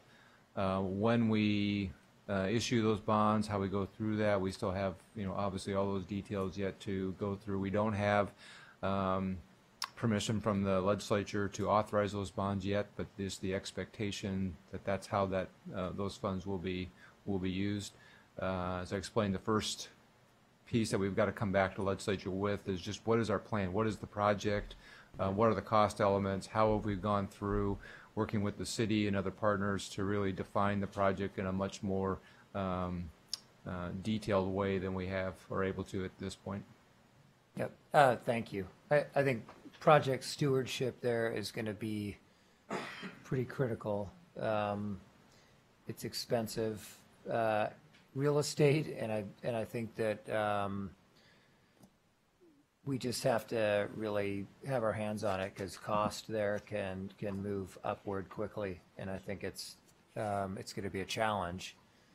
And I've seen big projects in other states that have run amok on spending, and I know we're miles away from getting there, but I just have this nervousness about how we do it and how we've really got to be diligent about containing the costs and getting and knowing what we're getting into. And I think being able to lay out for us maybe phases and other ways in which we can be looking to address that, I think in contracting options and different ways we incentivize and et cetera. So I think that'll be something that we will really want to make sure that, as you said, we have a sharp pencil, and we're also really that oversight piece, making sure that we are good stewards is critical. We're a long way away, but it Yeah. just kind of already came to mind. And I understand from what you said earlier that FAST Act money, that $74 million, some of that goes to the design work for the Rose Quarter. Is that? Yes, that's my proposal. I'll come back to you with that STIP amendment, is allocating those $74 million in partially in the way that I described. But know that in putting the bill together, we assume those $74 million are going to be available to implement various aspects of what I was going through, and I will do a better job kind of laying out how that looks when I bring that STIP amendment to you in draft form next month. And what are we anticipating in time in terms of when the design work might be done so that we can then go back to the legislature and say we're ready?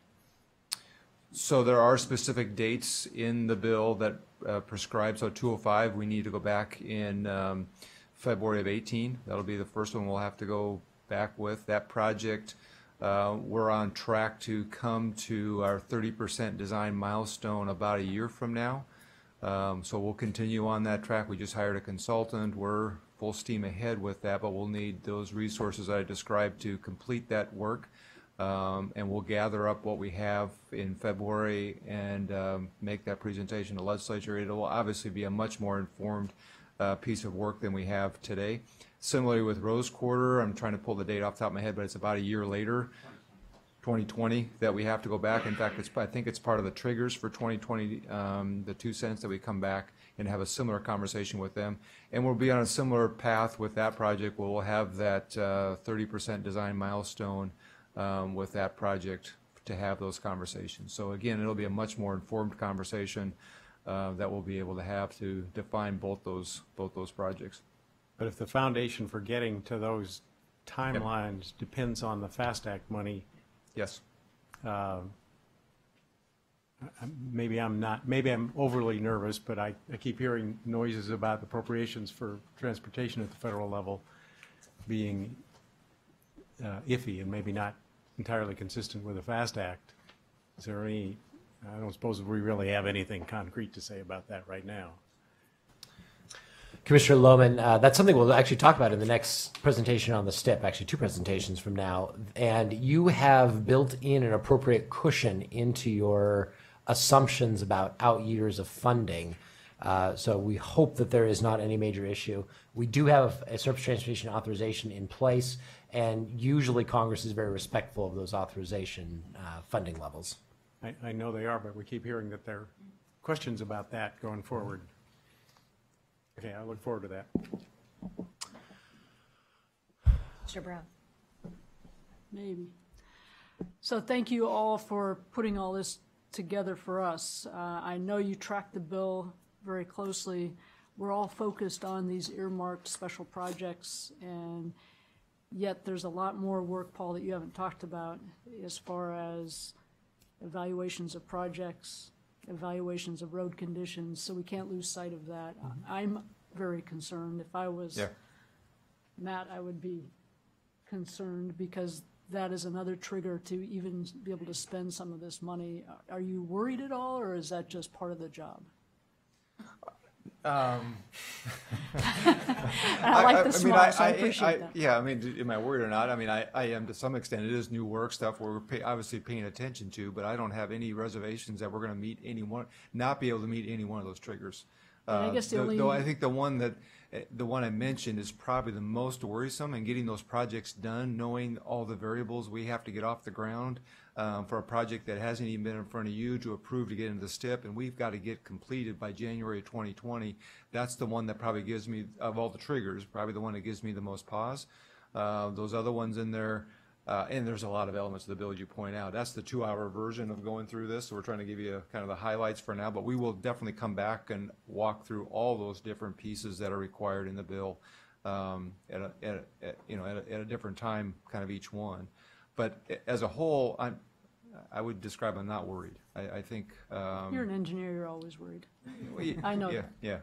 No, and I appreciate that, and I don't want to get ahead of the presentations that you'll make. I mean, I looked at this, and if I were in your shoes, are some things I'd be worried about, but I don't know how you're already moving forward. I mean, working with cities and counties is tough to find road conditions that you can all agree on, to be able to spend the rest of the money, and it's smaller dollars, but those dollars count too. And I guess there's enough of the pieces in here that you're taking that high level look today, and I know you'll bring us some of the lower levels tomorrow, and I appreciate that too. I just don't want to forget those. Well, I guess a worry would be those things that are outside of our control. So some of those triggers fall onto cities and counties to do work. So when I say what I worry about are the things within my control that I need to do and I'm responsible for. But there are elements of the bill beyond ODOT that they're responsible for, that are part of the accountabilities and part of those triggers that we'll have to have discussions with our partners about to make sure we all meet those together. Thank you. Madam Chair, if I may. Please. I think it's a legitimate question, Commissioner Brown. I think we're certainly comfortable with the mechanisms that we have in place. And certainly local government was sitting around the same table as we were to inform this.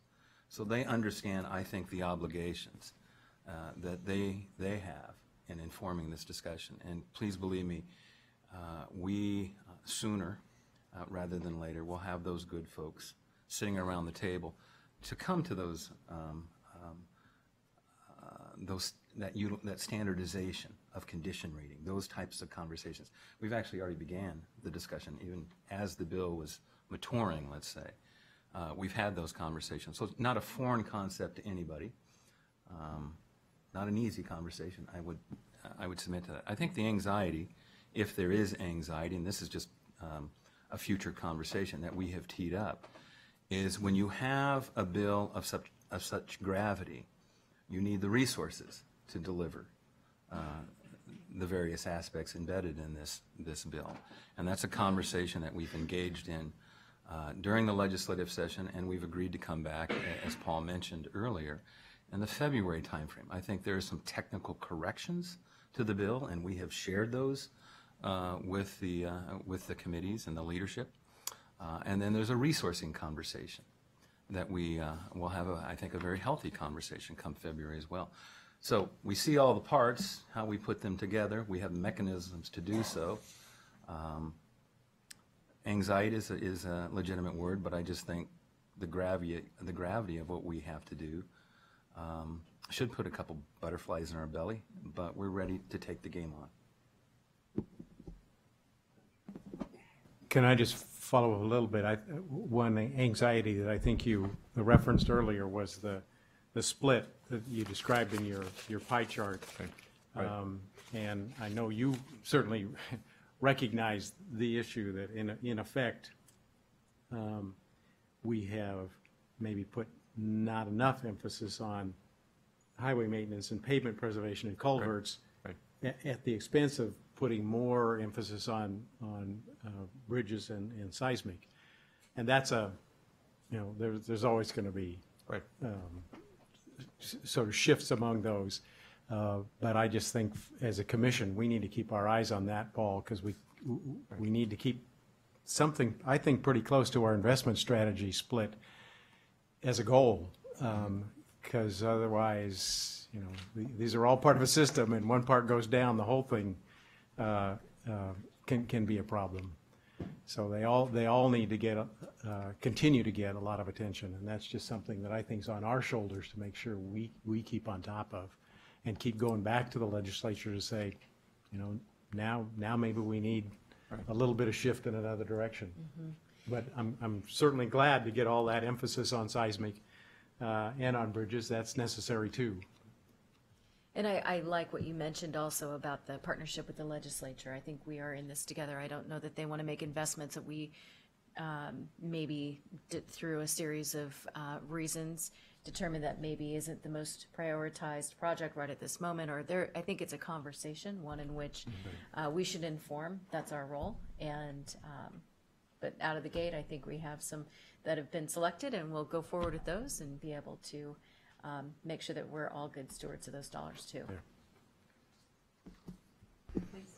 All right, I get to talk about some of the policy sections, starting with accountability. With an unprecedented amount of funding coming into transportation, we have an unprecedented level of accountability and transparency that we as an agency embrace. Overall, within this bill, there is a much stronger role for the Oregon Transportation Commission, for all of you, in oversight of the agency and the delivery of these programs. You'll find in the packet of information we provided you the language that gives statutory direction to the commission, which they have clarified. They've expanded in just a few small areas, but generally tried to provide strong direction to the commission in that regard. You'll also find in the attachments some specifics that are laid out in the bill where the commission is directed to take specific actions, oftentimes with oversight and accountability. I call that the commission shalls list, and it is a very lengthy list of items where the commission is specifically charged in this legislation with taking certain actions. Now, many of those actions will actually fall largely on ODOT's shoulders in terms of doing the real work and then bringing that to the commission for your review, your input, your feedback, your approval. But as you can see, you have your work as a governing body cut out for you. And so we would expect that there will be a lot of activity for the commission in the near future. We talked a little bit already on the reporting on condition of Oregon roads. Under Section 11 of the bill, we are directed to develop a standard way of measuring the conditions of pavements on roads and bridges. We will work with local governments on this. We've already had some conversations, as Director Garrett alluded, and we think that there are ways that we can make this both meaningful, so that we're actually providing important data for decision makers, as well as making it a relatively streamlined process for all local governments. Because as you know, local governments vary in their ability, their technical capacity to do this work. So we'll look for some ways to make this relatively simple to actually collect that data. We may make our consultants available who do that work for us. We already have a contract with a pavement rating firm. We already do all the bridge condition inspections. So that data is already available and will be relatively simple to provide that to local governments. They already largely have that information. So we'll be focusing on that pavement management piece. One important note is these conditions, all this information is to come back, be reported to the legislature, and be reported to the public via the Transparency and Accountability website that I'll talk a little bit about. Any cities or counties that do not provide that information, we are directed to cut off their apportionments to the State Highway Fund. That is not to say that that money goes away forever, but only until they come into compliance. They won't get their monthly check from the State Highway Fund. It's also important to note that we are required to post this on the internet and to cut off that funding as a condition of the triggers in Section 45 for those stepped increases of gas tax in 2020, 2022, and 2024. So there are very significant importance laid out with this condition reporting. Travis, so the reporting, it goes directly for cities and counties directly to the legislature, or does it come to the OTC? Chair Boehne, it comes through ODOT and the OTC to the legislature. We're directed to amalgamate this information, report it on the website, and report it to the legislature. Okay, excellent. And that maybe isn't a new authority. It really is one that's dusted off and now implemented in a little stronger, or that is entirely Chair Boehne, new? this is a brand new authority. For cities. Yep. Okay, very good. Yep. Okay. There has never been a requirement in the past for cities and counties to use a standardized methodology and report on the condition of their system using that methodology. Okay, very good. I just wasn't sure if we were new in new insert. Thank you. Yep.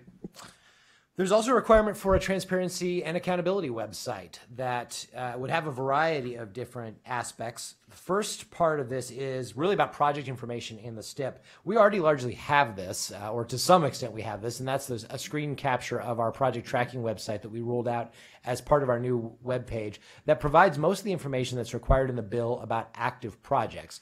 There is still a lot of work we've got to do, though, to really make this fully functional. There's some issues we're working through with data and whatnot and how we display this information. And we do have to make some upgrades based on what the legislative direction was.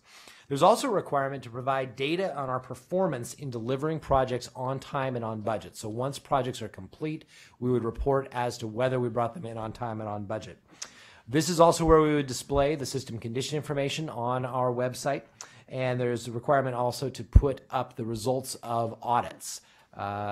And so we will be working through a plan to develop this website. Some of it is relatively easy. Posting audit reports is fairly straightforward, but creating a graphical interface for people to access the city and county and state bridge and pavement data is a little bit more of an information technology project that will take some time. And luckily, we have a little bit of time because we don't get those reports until early 2019.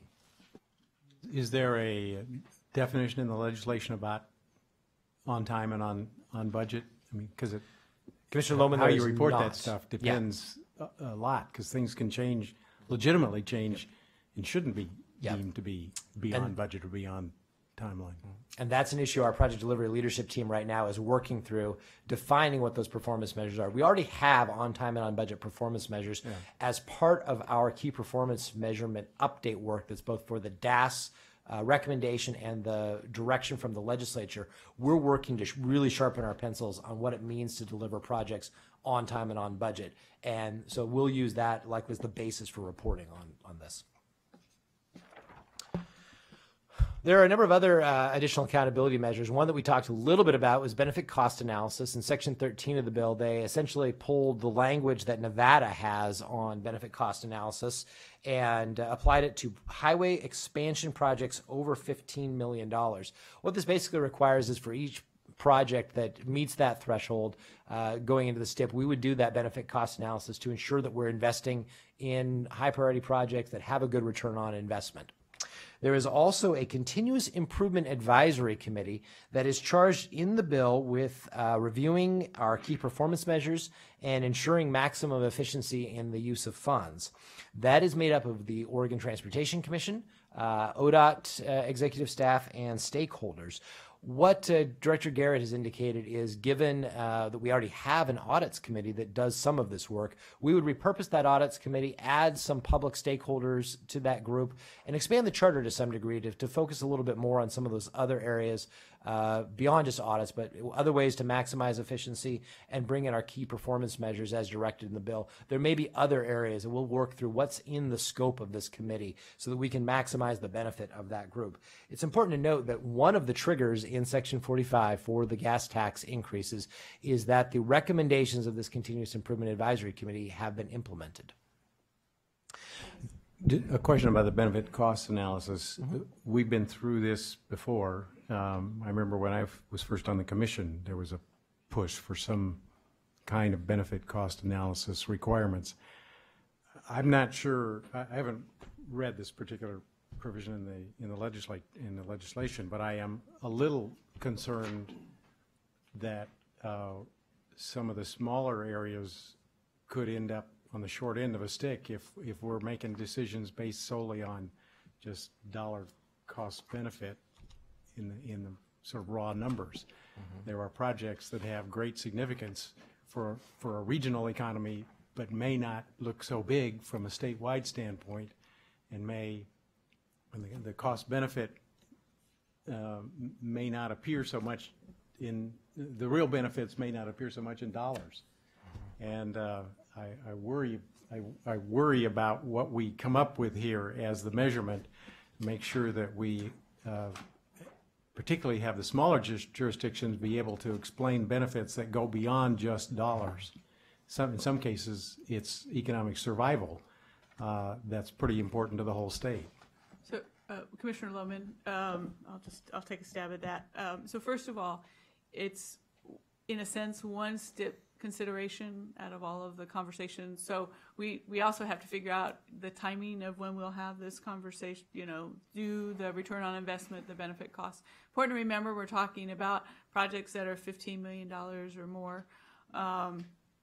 And so I think what we sort of envision at this point in time would probably do that as part of, say, the 150% list. So there'd be other considerations that would end up being part of that conversation. So it isn't, I don't think, intended to be a standalone, and even the legislation, the way it's written, because it circles back, I forget which section it is, which has the STIP considerations in it, it circles back to that linkage. So it wasn't intended to be a standalone.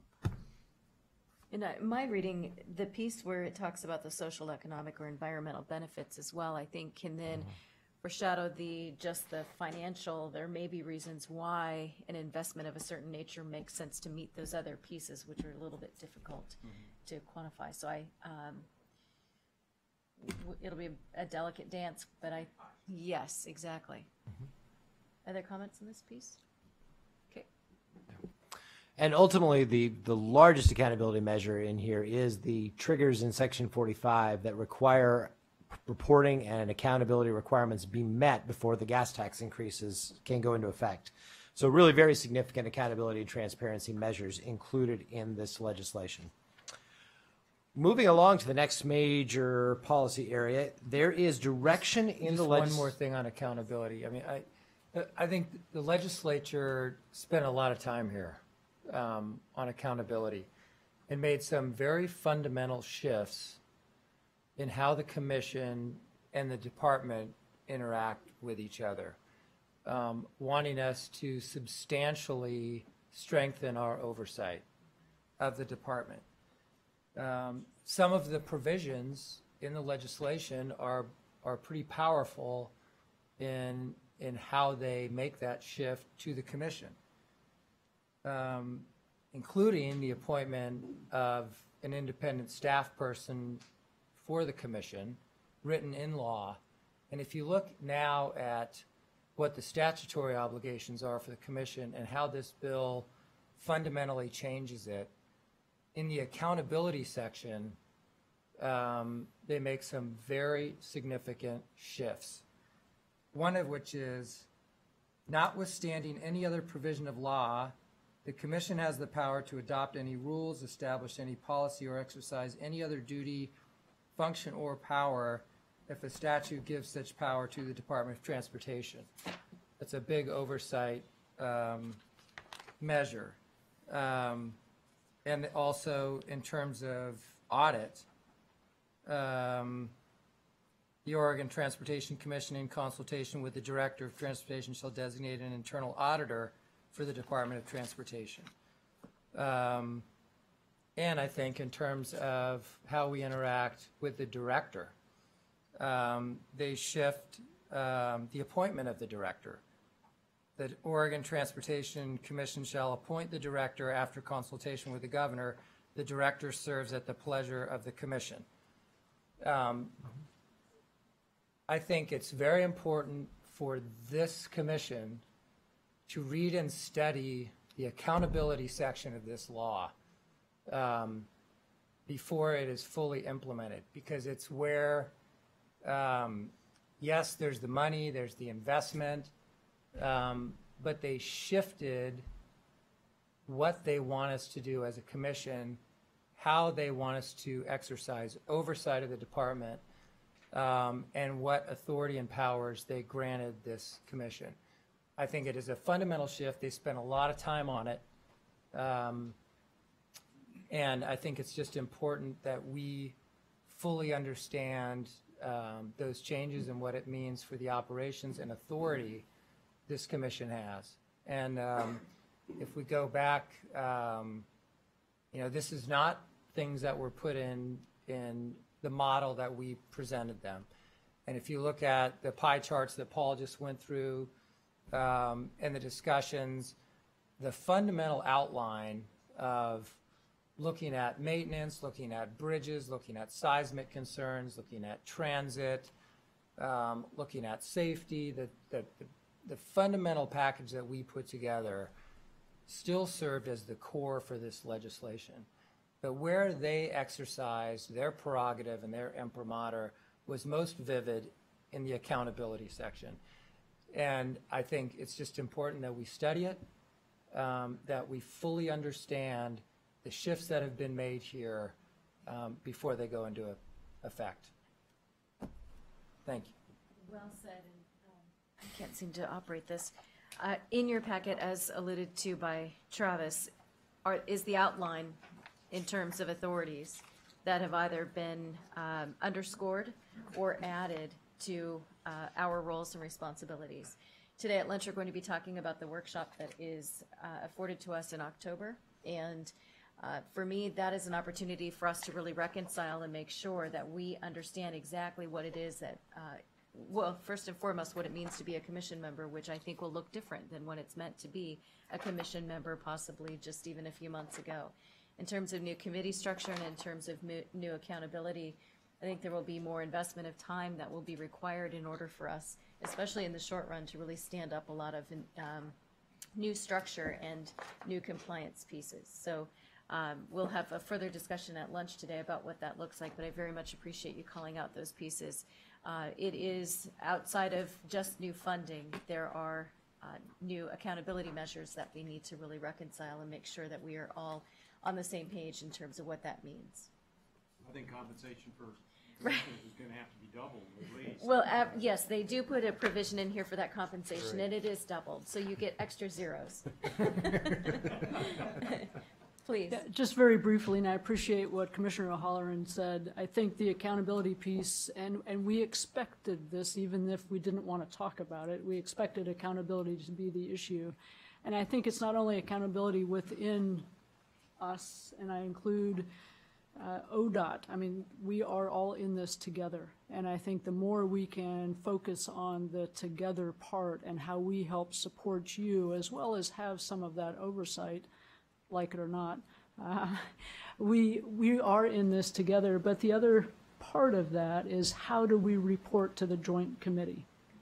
And that is telling also, and I think we need to really look at that piece of the accountability measure is what are they saying, what are they not saying, and how do we make sure that we all understand those expectations. And maybe we put a little extra in some of the things that we look at internally and make sure that we're doing it for the right reasons. It's great to measure pavement and pavement conditions, but what are we going to do with that information? Because if we don't use it, it's a tool and a very laborious tool, and we've got to be able to use that information and use it to benefit Oregonians. That's our charge. So thanks for the accountability piece, and I do think that's something we need to really focus. And I guess the good thing is this doesn't take effect until October, so that's a good thing too. Well, we'll be having it on the agenda until then, and then we'll Yes. really be reconciling through some in-depth conversations that we'll have then. All right, the last major area we're going to talk about is value pricing. The bill requires that ODOT and really the commission develop a value pricing proposal for I-5 and I-205 between the Columbia River and the junction of those two highways, and apply to the Federal Highway Administration for authority to price those facilities by the end of December of 2018. You'll recall you had a discussion a couple months ago with a gentleman from Cambridge Systematics, Chris Warnham, who came in and gave you an overview of congestion pricing. Congestion pricing and value pricing are essentially synonymous. What they entail is charging a price for use of a transportation facility that varies based on the time of day or the level of congestion on the facility. Value pricing can mean a number of different things. One form of that, what we have on the screen here, is what's known as a high occupancy toll lane or an express toll lane, in which you have a carpool lane where people can buy into use of that lane to get a more reliable trip. This one shown here is from our good friends in WashDOT, who built recently a new lane on I-405 on the east side of Lake Washington, and then tolled that lane. And congestion there is pretty bad, so you can hop in that lane for a few bucks, depending on the time of day and the level of congestion, and avoid that. Value pricing can also involve variable rates on bridges. So, for example, when we put forward the I-5 Columbia River Crossing project, that was a toll bridge proposed, and yet it had congestion pricing built in to have higher rates at the peak hours to try to shift some of the traffic and manage demand by getting people to drive discretionary trips at off-peak times. value pricing, those are the two major forms that we've seen across the country. In other parts of the world, what we've seen is cordon pricing implemented, or area pricing, where you designate some area as a toll zone and everybody moving in or out or through that zone is charged a rate. So what we plan to do here is work with the commission, work with stakeholders to study what opportunities are available, set forward some evaluation criteria to use, and then evaluate those opportunities on I-5 and I-205. That will then lead to a proposal that will come to the commission, and then from the commission, whatever you approve will go to the Federal Highway Administration by the end of 2018. At the same time that we're working through that in the Portland metro region, with really a sort of a regional transportation project study to determine where we go, we'll also be doing parallel work of toll system development, which would involve looking at tolling technology, billing systems, customer service systems, et cetera. We'd likely contract out because that's not necessarily a function that we have a core competency in, and there are most toll agencies contract that out. We'll be doing that sort of work of developing some of those plans so that should the Federal Highway Administration approve a value pricing effort, we'll be able to move forward at that point and implement tolling in good shape so that when we engage tolling with the public, that we have a firm foundation that we can stand on. So it seems to me that vehicle miles traveled is a form of value pricing in the and I don't see that discussed in the legislation, but was there any discussion in the legislative deliberations about possibly including that in this value pricing sort of project that we're tasked with undertaking? Commissioner Lohman, there definitely was. In the congestion work group that came up with this, they had some discussions around that. The challenge is that the time frame on this, with a year and a half out, would be very challenging to ramp up Origo at the road usage charge level to being a mandatory program that would actually apply to all vehicles. It is something, though, you may recall that we are applying for Federal Highway Administration funding from a program that looks at revenue alternatives that would allow us to look more in depth at location-based pricing that could involve local option road usage charges or congestion pricing of various types.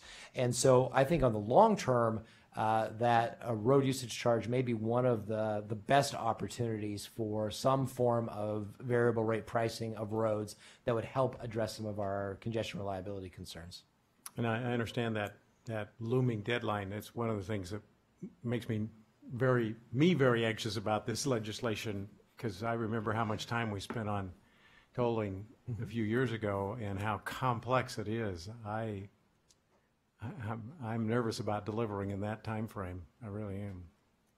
Well, and I think it's important to note that for many, just having that conversation causes them also to have some angst. And there are many pieces to this, and it may not be, it may not pencil in certain areas. And, you know, it's not lost on us, the equity piece, you know, there just are a lot of components that go into whether or not something is viable. But I think we're at a crossroads in the state of Oregon that we need to be looking at all options and making sure that we are exhausting those and taking into consideration all factors. So I'm happy that we're going to be having the conversation. It won't be easy, but it's an important one and should be had.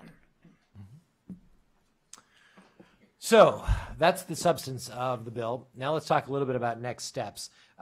In August, we will be bringing you the first set of agenda items related to this bill. At the very least, we expect to have a discussion around implementation of the bill in a little bit more depth with a little bit of a plan that we can bring you in terms of timeframes and whatnot.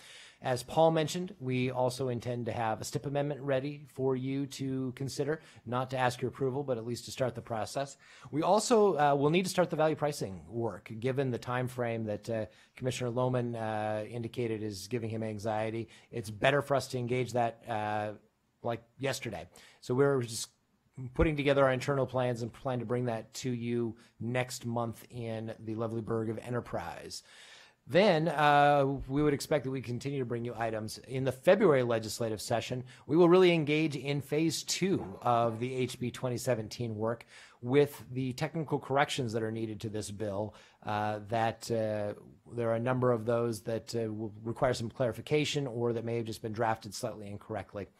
It's also important to note that the legislature and ODOT, through our conversation about how we would phase in the resources we need in terms of the human resources to deliver this program, we are going to be working on a phased approach to that. The legislature gave us a number of positions, I believe it was about 36 positions to start this work. Given that the funding ramps up over time, there is some time to work through what our specific needs are in terms of project delivery staff and staff to deliver some of the other elements of this legislation. So we'll be coming back to the legislature after consulting with the commission and whatnot with a plan for a policy option package for positions.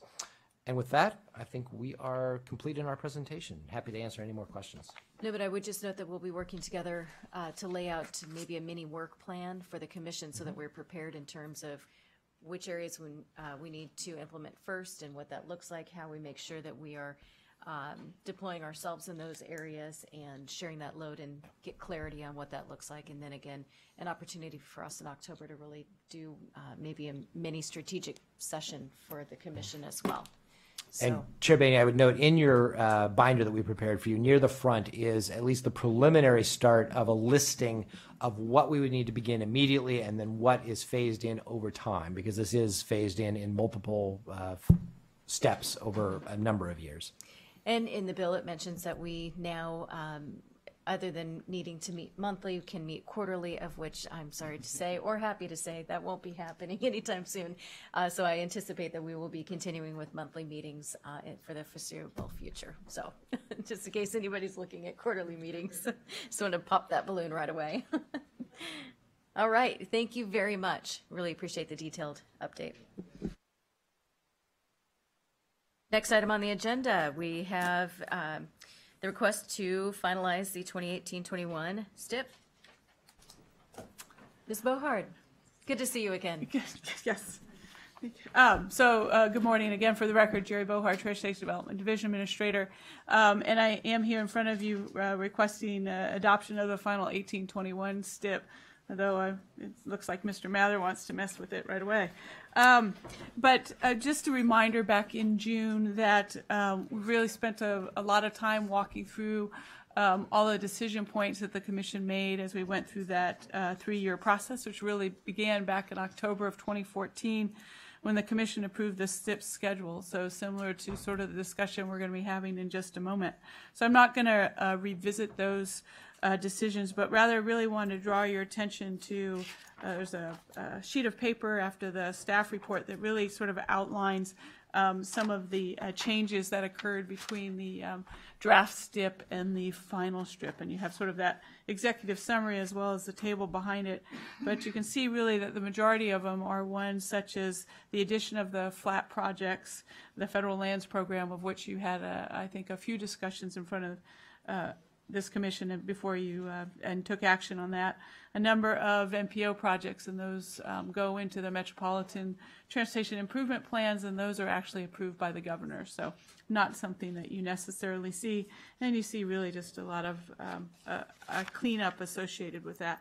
I will, however, draw your attention to there's 2 things that aren't done as part of this STIP, and that is CMAQ, so the projects that are associated with that. Obviously, that work is yet to come, depending on the decisions that you all make in whether it's today or in the near future.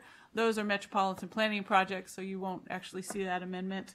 And then we've alluded to the freight plan. You're going to see that come out. I think Eric Havig will be asking for bringing that out to the public. Once that is completed and you all gavel down on the freight plan amendment, then we'll be looking for an amendment of how we would spend those funds. This is the document, 3 little notebooks that make up a STIP. That's why we figured you all didn't want to print a copy. I will tell you, and I brought this, and I don't have to carry it back because I have to give it to Jackie as the official version.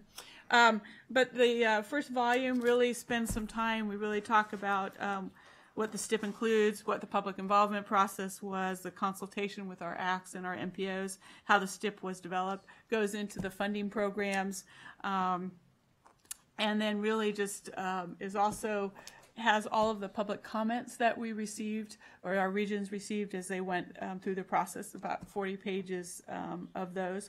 And I think one of the things that we really tried to do with this version was to make it a lot more web-friendly, with links to plans, the ACT policy, our MPO, Transportation Improvement Plans, all of those things. So with that, unless there's any questions, I'd be requesting adoption of the 1821 step for your consideration. Well, I do want to just put in a plug. I think the transparency piece, each step gets better and better in terms of being able to know what's happening and where and et cetera. So I very much appreciate that. So do we have comments or changes, edits? Please, Commissioner Brown. I couldn't get away with commenting. Thank you for the links. Most people don't look at all 3 binders. I think I walked through quite a bit of it. I haven't gone through this process for a while, and now sitting on this side versus your side. So I know how much time goes into developing the steps. I also know how much time it will go into as we make amendments and do other changes. So I appreciate you bringing this to us. So I just didn't want to walk away without saying thank you. Appreciate that. Thank you. And I would be remiss, Jeff Flowers, I believe, is back there, and he's really the commander-in-chief of all of this hard effort. So I don't have a comment. I'm ready to. Excellent. Madam Chair, I move that the commission adopt the final 2018-21 statewide transportation improvement program. Okay. And any updates to projects from that public comment period. Excellent. Further discussion? Okay, all those in favor? Aye. Aye. Motion carries. Thank you very much. Thank you. Now we'll be ready to amend it, Paul. All right. Next item on the agenda, we have a discussion about providing direction for the 21-24 STIP. 21-24, I don't know if anybody else, but I kind of want to pause there for a minute. I feel like time is flying by right now. Madam Chair, members of the Commission, for the record, again, Travis Brower, Assistant Director of ODOT. You have now had your time to celebrate completion of the 2018-2021 STIP, and now we're moving on right to the next one. So, one of the first things we wanted to talk to you about with this STIP. Today, we're only giving you an overview. We're asking for a little bit of feedback in a few areas that we'll clearly call out. But today is really to get your grounding, your foundation, basic background information, and tell us what you need to work through this process. We're going to be spending well over $1 billion of taxpayer money, so we want to make sure we do that as effectively as possible and maximizing our transparency, accessibility, and openness of this process. You'll recall that the findings of the management review from McKinsey and the implementation recommendations from DAS called out that ODOT needs to ensure that we're communicating effectively with our stakeholder groups, ACTs and MPOs and just transportation stakeholders and the public across the state about the decision-making process. So we want to engage this entire process with a high degree of transparency. We're going to share clear and concise information with the public in a way that helps them understand that decision-making process. We're going to make sure this information is easily accessible. Today and previous recent commission meetings, we're broadcasting this on YouTube so that anybody across the state or across the world, for that matter, can watch this and understand what's going on. And we're going to have a degree of openness as well, with really inviting the public not just to watch, but actually to participate in this process. And I'll talk about that a little bit as we go on through this process. But that is the way we're going to engage this overall. Jerry, here's the clicker. Thank you. So, good morning again. Jerry Bohar, TDD Division Administrator. And you see the questions really in front of you. And really, this is just about setting the stage, wanting you to have these in your head as you hear our presentations. So as we've worked through our Enhance and Fix It, I appreciated the comments that were made at the end of the 1821 with the transparency, and we keep getting better. But we know we have more to do, and we know we can make improvements because we learn lessons from each and every one. So So as you think about this, how much funding should we dedicate to non-highway and local programs? What's the appropriate funding level for highways? What do we think about the split between fix-it, safety, and enhance? And some of those questions, I think, will become a little bit more clear as we go through this presentation. But just wanted to step back a minute and just sort of a reminder, and I know that we'll end up, I think, with a pretty intense conversation around the agency budget. But what we're talking about is just the capital funds program. So we're not talking about all of the funding and all of the financial aspects with regards to the agency. So we're not talking about maintenance and operating of the system. So the work that comes out of Paul's shop with Lucy Moore and how we actually maintain the system. And we're not talking about, for instance, some of our, when you look at the regulatory financials, so our IT, our human resources, all of our administrative work that we have responsibility for, our motor carrier and DMV. What we're talking about are the funds that we get, whether they're federal or state funds that we think about for this system as a whole. So just remember, you're not getting all of the pieces of the puzzle, and this is just one.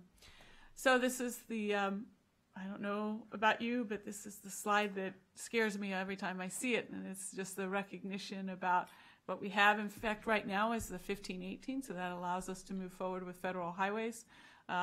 You've just approved the 1821, but it's going to take federal highways and the Federal Transit Administration a couple of months to actually provide their approval, so that's why you end up with 3 going on, and then you can see we're already starting the conversation about 21 and 24.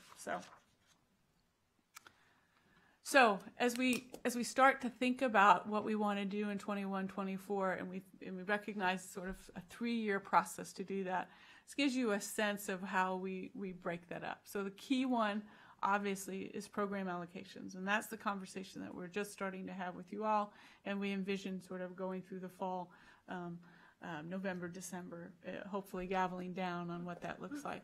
Then we really spend a lot of times, we, the Royal We, in large part the regions, working on what the project lists look like. So we recognize we have the STIP considerations. So what is that going to look like? What is the criteria going to look like? So we'll be working on that as well. A lot of that will be dependent on the types of programs you select and the amount of funds that you select relative to that. So and then very similar to what we've done in the past, sort of developing that, we call it the 150% list. I'm sure it's not exactly 150% from everybody, but it just sort of gives you this sense of something bigger, whether we're talking about fix-it projects or whether we're talking about sort of enhance-it projects or active transportation projects. We then need to scope those, then get down to the 100% list. You know, what's not evident in here is how we work with our ACTs and our modal committees, and all of that sort of flows depending on some of the earlier decisions you make. And then finally, just the last year that we spend working on the draft STIP, bringing it out to the public, and then the action that you all actually took today on the 1821. So I'm going to take a little bit more time and talk about this slice of green. Ooh, that didn't come out. Oh, it's animation. Oh. We went all fancy. Oh, you did. See, they don't tell me these things. So I guess they did. All right. So, I know. I wish they had warned me about what the heck. Wow. So here we are in July, and you're going to hear Travis talk a little bit about the funding framework. And so here we are in August, so when we're out in enterprise, really spending a lot of time talking about what's happening with regards to non-highway local programs, give you a little history, give you what the linkage is based on what we heard in House Bill 2017, the investment strategy, all of those things. I think what's really most important as I go through this is that this is an iterative process, and it is really guided by the information that you all need and the questions that you want answered before you make your decision. So as we go through this, if we're missing something, you know, just let us know. We'll bring it forward. But this is sort of how we envision things, I think, happening at this point in time. September, really, in large part, Paul coming back talking about the highway conditions. So you saw a little bit of a preview of that with House Bill 2017. And then really starting to frame what we think might be plausible funding scenarios and seeing how they resonate with each of you. What we typically do in October as part of the work session is bring forward stakeholders. So our ACT chairs, our chairs of our modal committees, any others that you think might be important to have there. So they engage as we look at those scenarios so that you get their thoughts about those. With the hope that ultimately in November, you would be approving a funding scenario, what the program levels look like, and then that then sets the stage for all of the work that we would be doing next. So again, so Jerry, when you look at the August discussion, is that considered the off-the-top discussion, or where in this do you see that conversation? So have I gone ahead on the slides? Excellent question, Chair Boehne. $20 and I teed you up. You did, but it's one more slide. Okay. Because that was the lessons learned about off the top, that we could do a better job there. So that's what's one of the sort of the, I think, changes that you're going to see in this version. So this, I think, is really important to show, not to scale, just the recognition that as we think about our various programs, we can talk about it from a fix-it standpoint, whether you're talking about buses, right, or whether you're talking about pavement. You could be talking about enhance, whether you're talking across modes where you're increasing the capacity, so a new bike path to the Rose Quarter, and then there's just the other split the other way. So there's really that question of how do we want to focus the allocation? Is it between fix it and enhance, or is it between highway and non-highway? You don't end up isolating either conversation, but it's sort of which one is in the lead. So just a little bit of history, I think that gets to your point, Chair Boehne. The 15-18 was really the first time we used the categories of fix it and enhance, and then we just lumped everything into off the top. And so that was a change, because even before that, a little bit of history before that, we had 36 programs that we allocated funds to, or the commission allocated funds to. So we changed that to sort of off the top, fix it and enhance. There were less funds in the 18-21, so you did some more modifications to that split between fix it and enhance, and really wanted to target the programs a little bit more. So I think now, really in the 21-24, you really have that opportunity to determine what's the best way that you want to allocate funds as you think about this conversation. So something to keep in mind. So for instance, off the top, and I'll get that in just a minute, CMAQ was considered off the top. So that was because it was the amount of federal funds that was given, but you did have discretion about what that formula looks like. And obviously that's a conversation you're having later today. Others where you really don't have a discretion. So we have money that's just a direct pass-through to our larger MPOs, to our TMAs, and that's a direct pass-through. So those really, we would list that off the top, but you really had no discretion with regards to that. So that was sort of the recognition that I think we could do a better job about how we think about that. So do you anticipate that being August? So we can... It will be, yes. So we're going to be looking at a table that really sort of identifies within, for instance, the non-highway, what you have discretion over and what you don't have discretion over. So we're really looking at doing this a little bit differently. So you can see what we're proposing here in 21, 24, and if I get any of this wrong, Travis, speak up, that we're going to have enhance non-highway, and so off the top goes away, it becomes part of non-highway, off the top becomes part of local programs, off the top becomes, there is always those groups of miscellaneous that we just called other functions here. And then even in Fix It, we recognized in large part because I think in arts, but just the whole safety program being very different, that it made sense to do a nice split between Fix It and safety. So that's how we're looking right now at the proposal. Is there anything you would add, either of you guys? Okay. I know it's sort of clear as mud right now, and I apologize for that. As we start to get some numbers and some charts, it will make a little bit more sense. But the big key message is the off the top was understanding what was coming off the top and wanting you all to have a discussion about that. It made more sense to do it as part of each of the programs. Well, I will say that I like this a lot better, both from a transparency perspective and the accountability side, because I think the perception was that there was a significant amount of money that was essentially predetermined for the commission and not able to be questioned. Right. And so I really like this. And even though in some areas, that pass-through example that you used, yes, there are other areas where we could actually augment or, you know, there are pieces, there are decisions that at times we can have.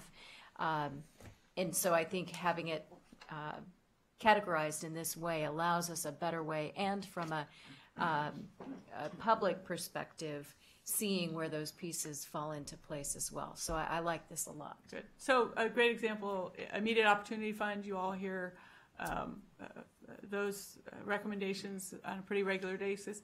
That would be in local programs, but it is a discretion for you.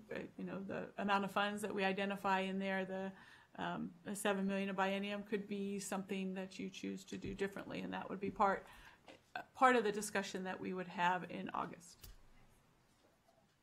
So I will turn over to Paul now. So I'm afraid to touch this, whether there's automation going to come up or what I'm doing. So as we step into this step, obviously being very wary and aware of what's in House Bill 2017, comes to us with clear expectations of what we need to do, but it is going to turn out to be one side of the coin. And as we develop the other side of the coin of the STIP, we've got to make sure we're conscious of those touch points between what's in the bill and what we could enhance or potentially undo with the other half of what we do in the STIP. So being wary of what those are. So here's a couple of kind of data points for you from our current STIP and what's available in those percentages that we have, that I've been talking about, it feels like all morning. So the safety amount in our current STIP is $33 million. $10 million comes in additional. There's the bridge, the preservation, and the seismic, and those are based on the percentages that are in the bill. So that's not the commission's investment strategy. That's what's in the bill. So as we add funds, for example, in those various categories, you could plus up or plus down and then affect those percentages in a way that we'll have to do in a transparent way as we talk about implementing the bill and implementing the new STIP going forward. So I talked about in the previous presentation the major projects, you know, how they fit in. The bill does have a number of enhancement projects named in the bill, as well as puts us well on a trajectory to implement projects like 205. The one piece that's not in the bill, and I think this is going to become probably one of the major talking points that we have on the enhanced side of the equation, is what do we do with the enhanced on the kind of the other projects, other regions around the state. Earlier versions of the bill had some pretty creative ways of looking at how to get to some of those bigger projects with local cost shares and so forth. Those are not in the bill. And as we look at that question of enhance on the federal side of the STIP, if you were, for example, to choose to take more and put more enhanced money out for acts and so forth for projects, what you're in effect doing is reducing the fix-it, which is reducing the amount, in essence, that House Bill 2017 does for the condition of the system and the intent of the legislation to keep a condition of the system at a certain level. So that's the interplay that I'm trying to describe of this bill, or the bill, and your decisions in developing the STIP. And I think this enhanced question and the obvious needs we have beyond just the kind of the big projects or the named projects in the bill, how do we get to those needs without undoing the intent or what's in the bill of House Bill 2017? So there's going to be a lot of conversations, obviously, about that, and we'll have to be wary as we step into the STIP and what's in House Bill 2017. So, just want to keep it. So, on the bicycle and pedestrian programs, this is just kind of a reminder, and I'm sure Commissioner Boehne remembers this well, having facilitated the bike ped plan, that the plan identified about $40 million in state and local funds that went to bike ped, and it was essentially a split between the two of them. You do see, as Paul was mentioning around House Bill 2017, that it looks like, you know, there's a good meeting of our needs relative to what's in House Bill 2017. But one of the things I would note with regards to that, it doesn't really get much into off-road trails, as I mentioned with Connect Oregon, some of the limitations there. So we are recognizing that there are some limitations. I think the other one around safe routes is that we have very limited funds in outreach and education. It was a conversation that we heard, I think, very often through the legislation about concern for more outreach and education. I think there was also an identification of additional funds for that within the investment strategy. So I think that's probably one area that we might be under consideration for discussion. Yeah, it was $6 million that was identified in the investment strategy with regards to education. So you can see that that wasn't part of House Bill 2117. Madam Chair, if I may. So to that point, Jerry, just to put a finer point on it. This is where the Commission has discretion. It's specific to federal dollars, but you could increase on top of the $500,000 that we send right now to outreach and education. You have that discretion, and that will be a conversation that plays itself out.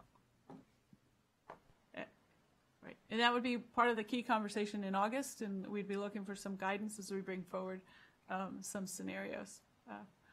Certainly one of those. The other, public transportation, we just talked about that, and actually really sort of exceeded relative to House Bill 2117, the amount of funds, but it really doesn't get to the need for public transportation. So if you go to sort of scenario 2 that we identified, it was really a $1.2 billion need for public transportation. So this is an amazing thing, but it's just sort of a little bit of what's actually needed if we want to really further the public transportation study. So I think I'm not sure who's next. That's me. That's you? Okay. So now we get to talk about the money that's actually available in the STIP. The STIP mixes the available federal and state highway funds into one bucket, essentially. In the last couple of STIPs, we haven't had a lot of state highway funds available because they've all been dedicated to maintenance and agency operations and debt service. But with HB 2017, we do have more money available. One of the interesting features of this that will make the STIP planning just a little bit more challenging is that some of that money, as we talked about in the last presentation, is contingent on meeting accountability and reporting requirements. And yet, in order to get going on designing and developing and delivering projects, we need to make the assumption that those triggers will be tripped and that we will receive that money.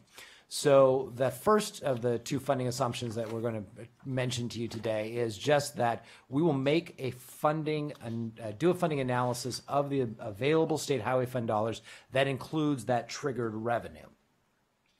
The federal side is even a little bit more squirrely, given some of the issues that Commissioner Lohman referenced earlier. This is a chart we regularly use to talk about the challenges we have at the federal level. It shows the federal highway account. What you see is that the blue bar of revenue and interest is far below the black line of expenditures from the highway account. As a result, we have the orange bar of general fund and other sources that have been transferred into the highway account. In 2016, the Congress made a massive transfer of general fund resources into the highway account that allowed them to pass the FAST Act that provided solvency for the highway account through 2020. But as you can see with that red line, the balance in the highway account dips into negative territory in fiscal year 2021. Conveniently enough, that is the last fiscal year of our STIP that you just approved, and is all of the next STIP from 21 to 2024 is outside the FAST Act. So that funding is not known and is at risk of being cut by about a third if Congress does nothing to shore up the highway account. So, based on our experience of seeing federal highway funds fall in some recent years, you can see this chart that we, for many years, actually saw our highway funding from the federal government either flat or declining until Congress passed the FAST Act, which then provided an increased level of funding and a steady increase over time. What we have done in the past to deal with this risk is assume some level of reduction in federal funding that could come to the state. What you see there is that we have up to about a 40% reduction that could take place if Congress does nothing, if revenue is aligned with the expenditures from the trust fund. Now, I'll tell you, that is the approach that the Trump administration has already indicated they plan to take at the end of this period of the FAST Act. So we have the expressed intention of the administration is to not address the shortfall in the Highway Trust Fund. So there is a very real risk that funding will fall. What we have done in the last 2 rounds of the STIP as an appropriate risk mitigation tool is assumed a 10% reduction in funding from the previous year for any year in which there is not a surface transportation authorization in effect. That is the assumption we've made in the final year of the 2018 to 2021 STIP, and that is what we would recommend going forward for the 2021 to 2024 STIP. What that allows is that if, as we saw from 2010 to 2015, funding falls somewhat, you're good, because you got a cushion in the STIP.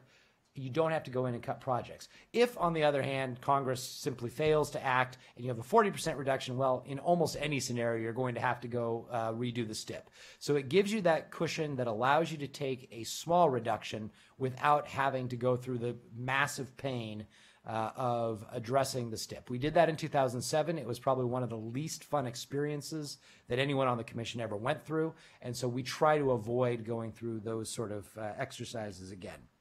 So we will continue to make this assumption unless we get other direction from you today as to how to address that federal risk.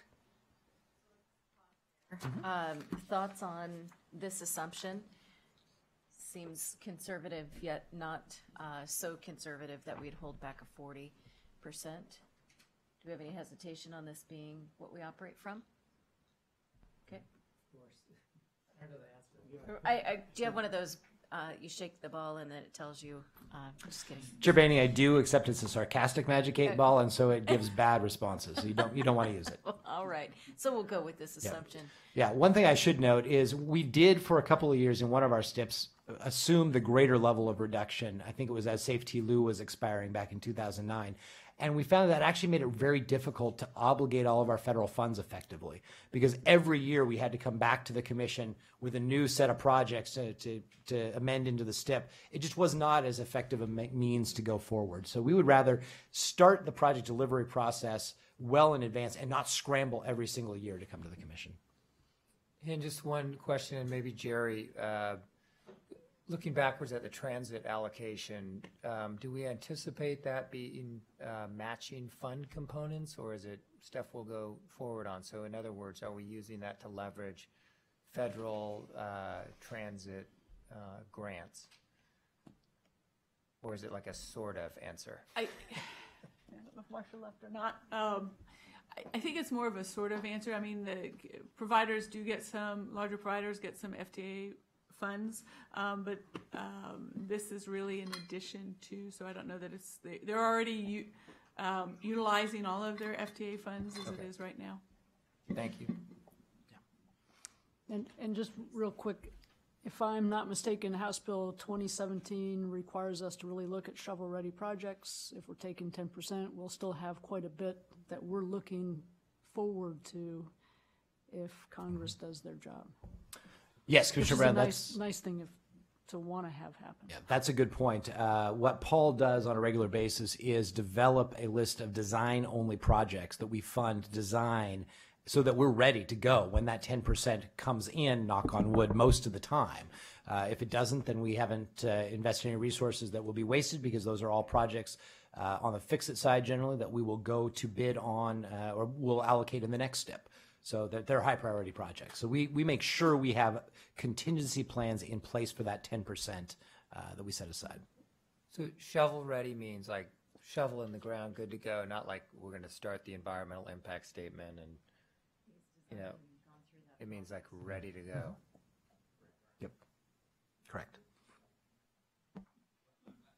I think, to be honest, that's what we assume. There are many definitions, to be very honest with you, and there's probably more ambiguity than clarity on the way it's being defined right now. But for this agency, that's exactly right. We prepare a project right up to securing money for construction here, so we do all the advance work.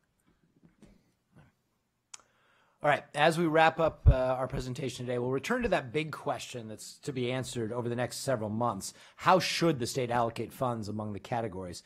We're going to keep returning to this question over the next several months, and we would appreciate your input on this at every step in the process, including today, but especially next month as we start diving into the non-highway and local programs. We will be asking for your input on anything you hear so that we can have direction from you so that in September, when we bring back a plan or some scenarios to you, we've already gotten your input and incorporated that in there.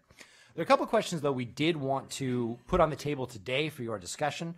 The first is, what information do we need to provide you over the upcoming months to support you in answering that big picture question? And the second one I'll pose, and then give you a little bit of information about what we're planning so that you can provide feedback, is how and when do you expect us to engage with and seek input from stakeholders and the public? As I mentioned at the beginning, we plan to approach this process with a high degree of transparency, accessibility, and openness. And so we're going to be engaging stakeholders and the public in a variety of ways. Our regional staff has already started the work of engaging in stakeholders like the ACTS, the Regional Solutions Advisory Committees, and the Metropolitan Organization Policy Boards at their regular meetings, and they will be doing that throughout this entire process.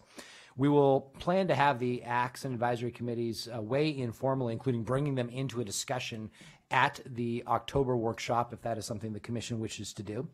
We're going to be using some of our digital communications tools beyond just streaming this meeting so that people can see that. We're going to be sending monthly email updates to interested parties in this process so they can see it as it steps through the process. We're going to have all the STIP information online. With our new website, we've developed a new and improved STIP website that will put all of this information out to the public, so it's very transparent. And in the near future, we wanted to release a survey to the public to start engaging them in this process. We already do that as part of the Transportation Needs and Issues survey that we do biannually. And we wanted to ask that question to the public: how should we spend your money, so that you have some data that the Commission can use just to understand where the public is in all of this. So there, I'll pause and let you provide any feedback on these two questions. I was curious about the metrics or the matrices that are currently being used in order to come up with the current structure as it's currently confined right now, whether or not that's adequate or if it needs to be revised. But I just want to start there with what do you guys currently go through? Commissioner Simpson, are you talking primarily about like performance measures and other things that we use to gauge where investments may be needed? If we go back, I think, a screen, it's primarily two, and obviously I've probably been through one of these before, but how we're defining the whole fix-it, safety, enhance, and those buckets, because from there, then it's the target of how the allocations broke out, then from there, then it's project selection. So I'm just trying to figure out how do we get to the first part of defining whether or not we should put more resources into enhance or fix it, and et cetera, et cetera. Yeah, so I'll take a stab at that. So on the fix-it side, we have some very developed management systems that define our pavement condition, bridge condition, which really drive our fix-it program. We're in the process of developing culverts kind of to that same level. Those are the kind of big two and close third that drive that program, so that we can paint a good picture for you of what those systems will look like at different funding levels. There's federal requirements on safety, and now in House Bill 2017, there's requirements to spend money on safety, so I think that starts to get pretty defined. As I mentioned in my earlier comments, the one that's not as well defined as a kind of a counterbalance to those things is how much do you spend in enhance? The amount of congestion, the amount of delay that we see out in our system. There's a lot of demand. We heard about as we were with the legislative tour, and you tour around, you hear a lot about those needs.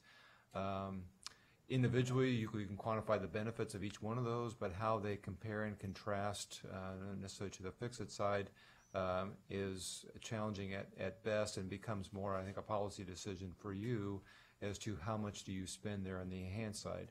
And again, what I highlighted in my comments is you have that discussion, you have the potential of impacting the intent of House Bill 2017 and its ability to maintain the system if you take federal dollars kind of out of that side of the equation and put it in the enhanced side.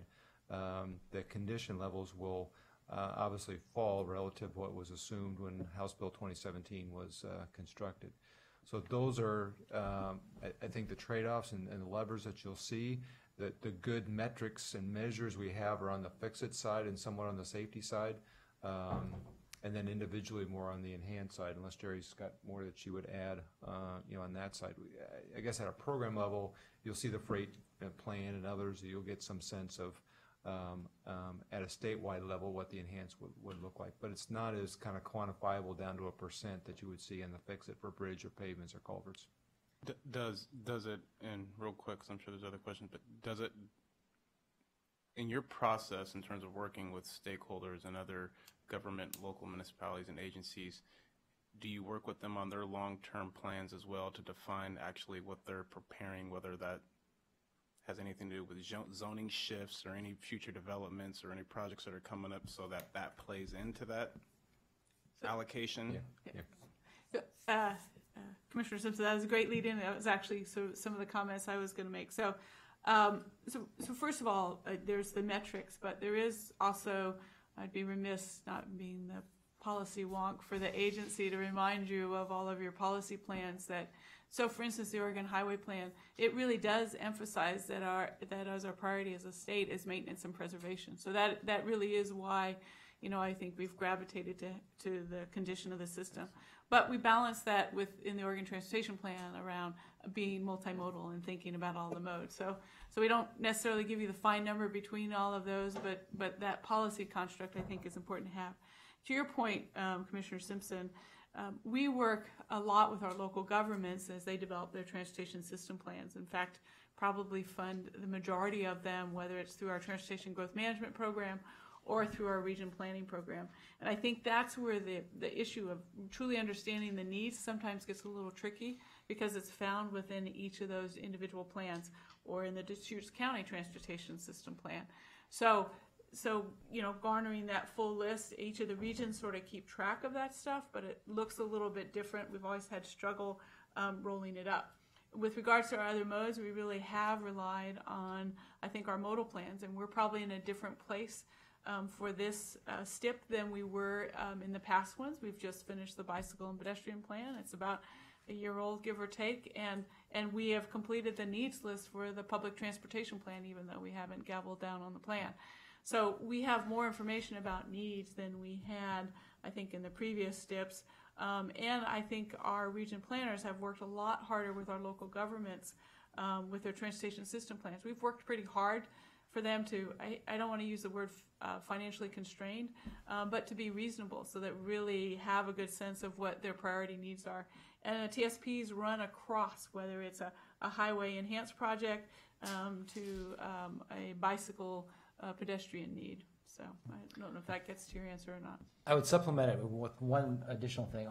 Even on the non-highway side, we do have performance measures that we use to make funding allocation decisions. For example, in the last round of the STIP in 2018 to 2021, we were looking at one of the measures related to condition of buses and seeing that just plummet over time.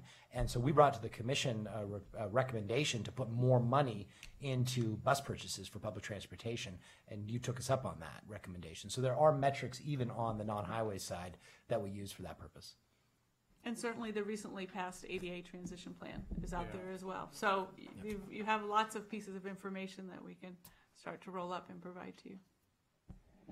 So just a couple questions. So on the seismic, where the legislature gave us more, isn't there overlap on some of the priorities like that we've had for bridges or whatever, where we're allocating under seismic, but it is addressing some of the maintenance and the other needs that we've identified? Yes, so seismic obviously has a heavy overlap in our bridges. When we're doing our bridge work, we're designing and building those bridges to meet the seismic needs in that specific area. But seismic also, remember, involves landslides, also involves our triage approach as we work with counties, as we stand up some maintenance stations. So there's other elements, but the primary element in the seismic is bridge and that overlap, but there are some other features within seismic that doesn't overlap in other areas. Yep, thank you. And I think going forward, in terms of making the decisions, what would be helpful information to have is one of the, as we know, there are a lot of allocations and priorities and earmarks, whatever we want to call them, in the bill. But which of those are actually in the proposal that, kind of where do they fit in the priority list that we outlined? And if they don't fit, it's good to know. I mean, if they weren't in it. And then I just think in terms of making decisions on enhancement, where has the largest level of vehicle registration occurred?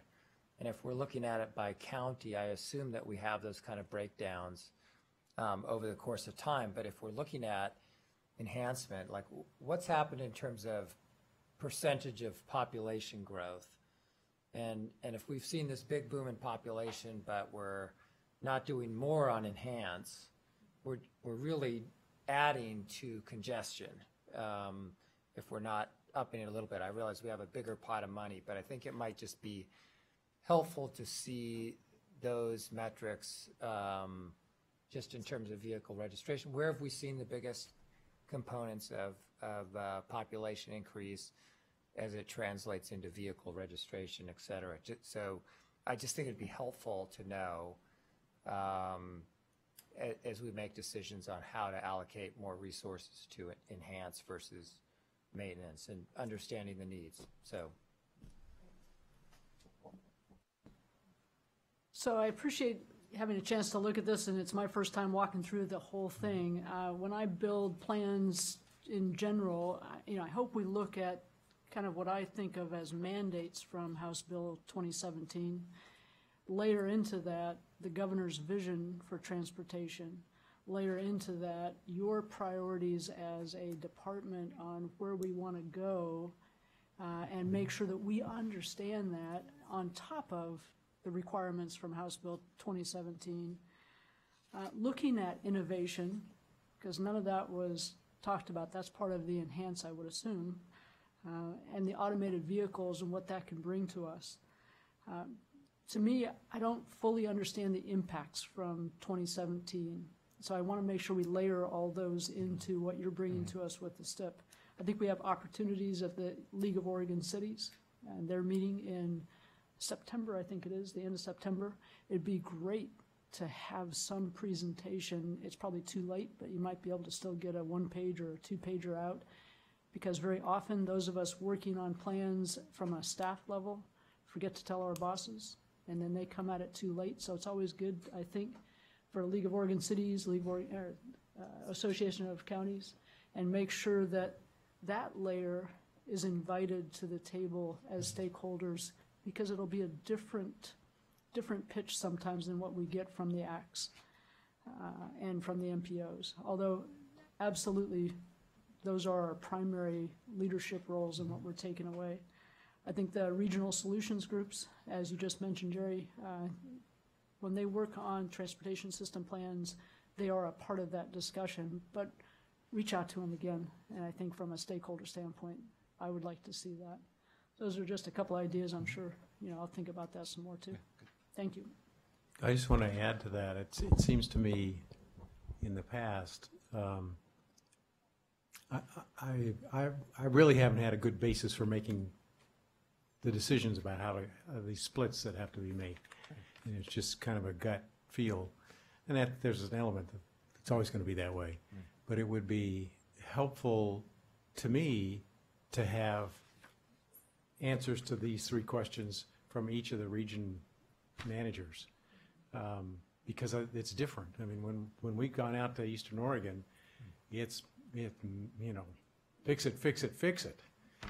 And as we're seeing out of House Bill 2017 in the metro area, there's a lot of enhance, and those are different stories and different needs. And I'd like And I think that will, if we get those kind of regional perspectives from the professionals in the field, not just, certainly the ACTs and the MPOs and the modal committees, but from our ODOT professionals in the field, I think it would help us make a better decision.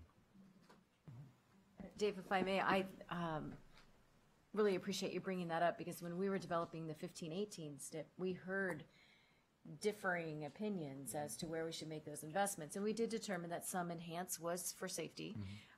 There could be a linkage there as well, but I think that for me at least rings true with what you just mentioned in terms of how to reconcile where those lines should be. We also were suggesting at that same time that we didn't have a lot of certainty, and so we were going to be really conservative about what type and really maintain what we have today and make that a priority.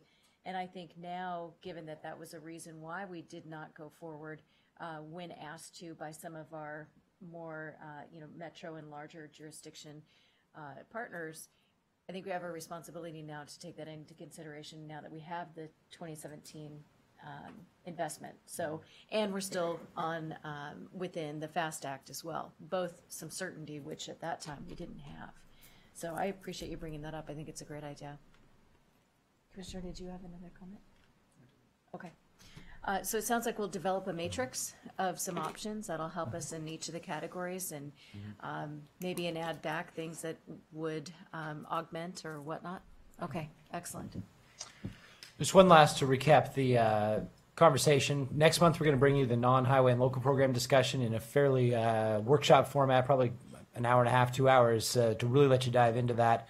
September, we'll bring a little bit more on performance measures around highway conditions and some funding scenarios based on the feedback you provide in August.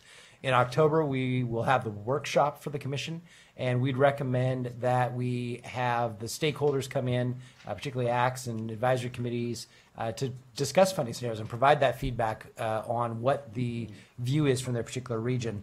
And then in November, we hope that we will have animation that works that would allow you to approve a funding scenario.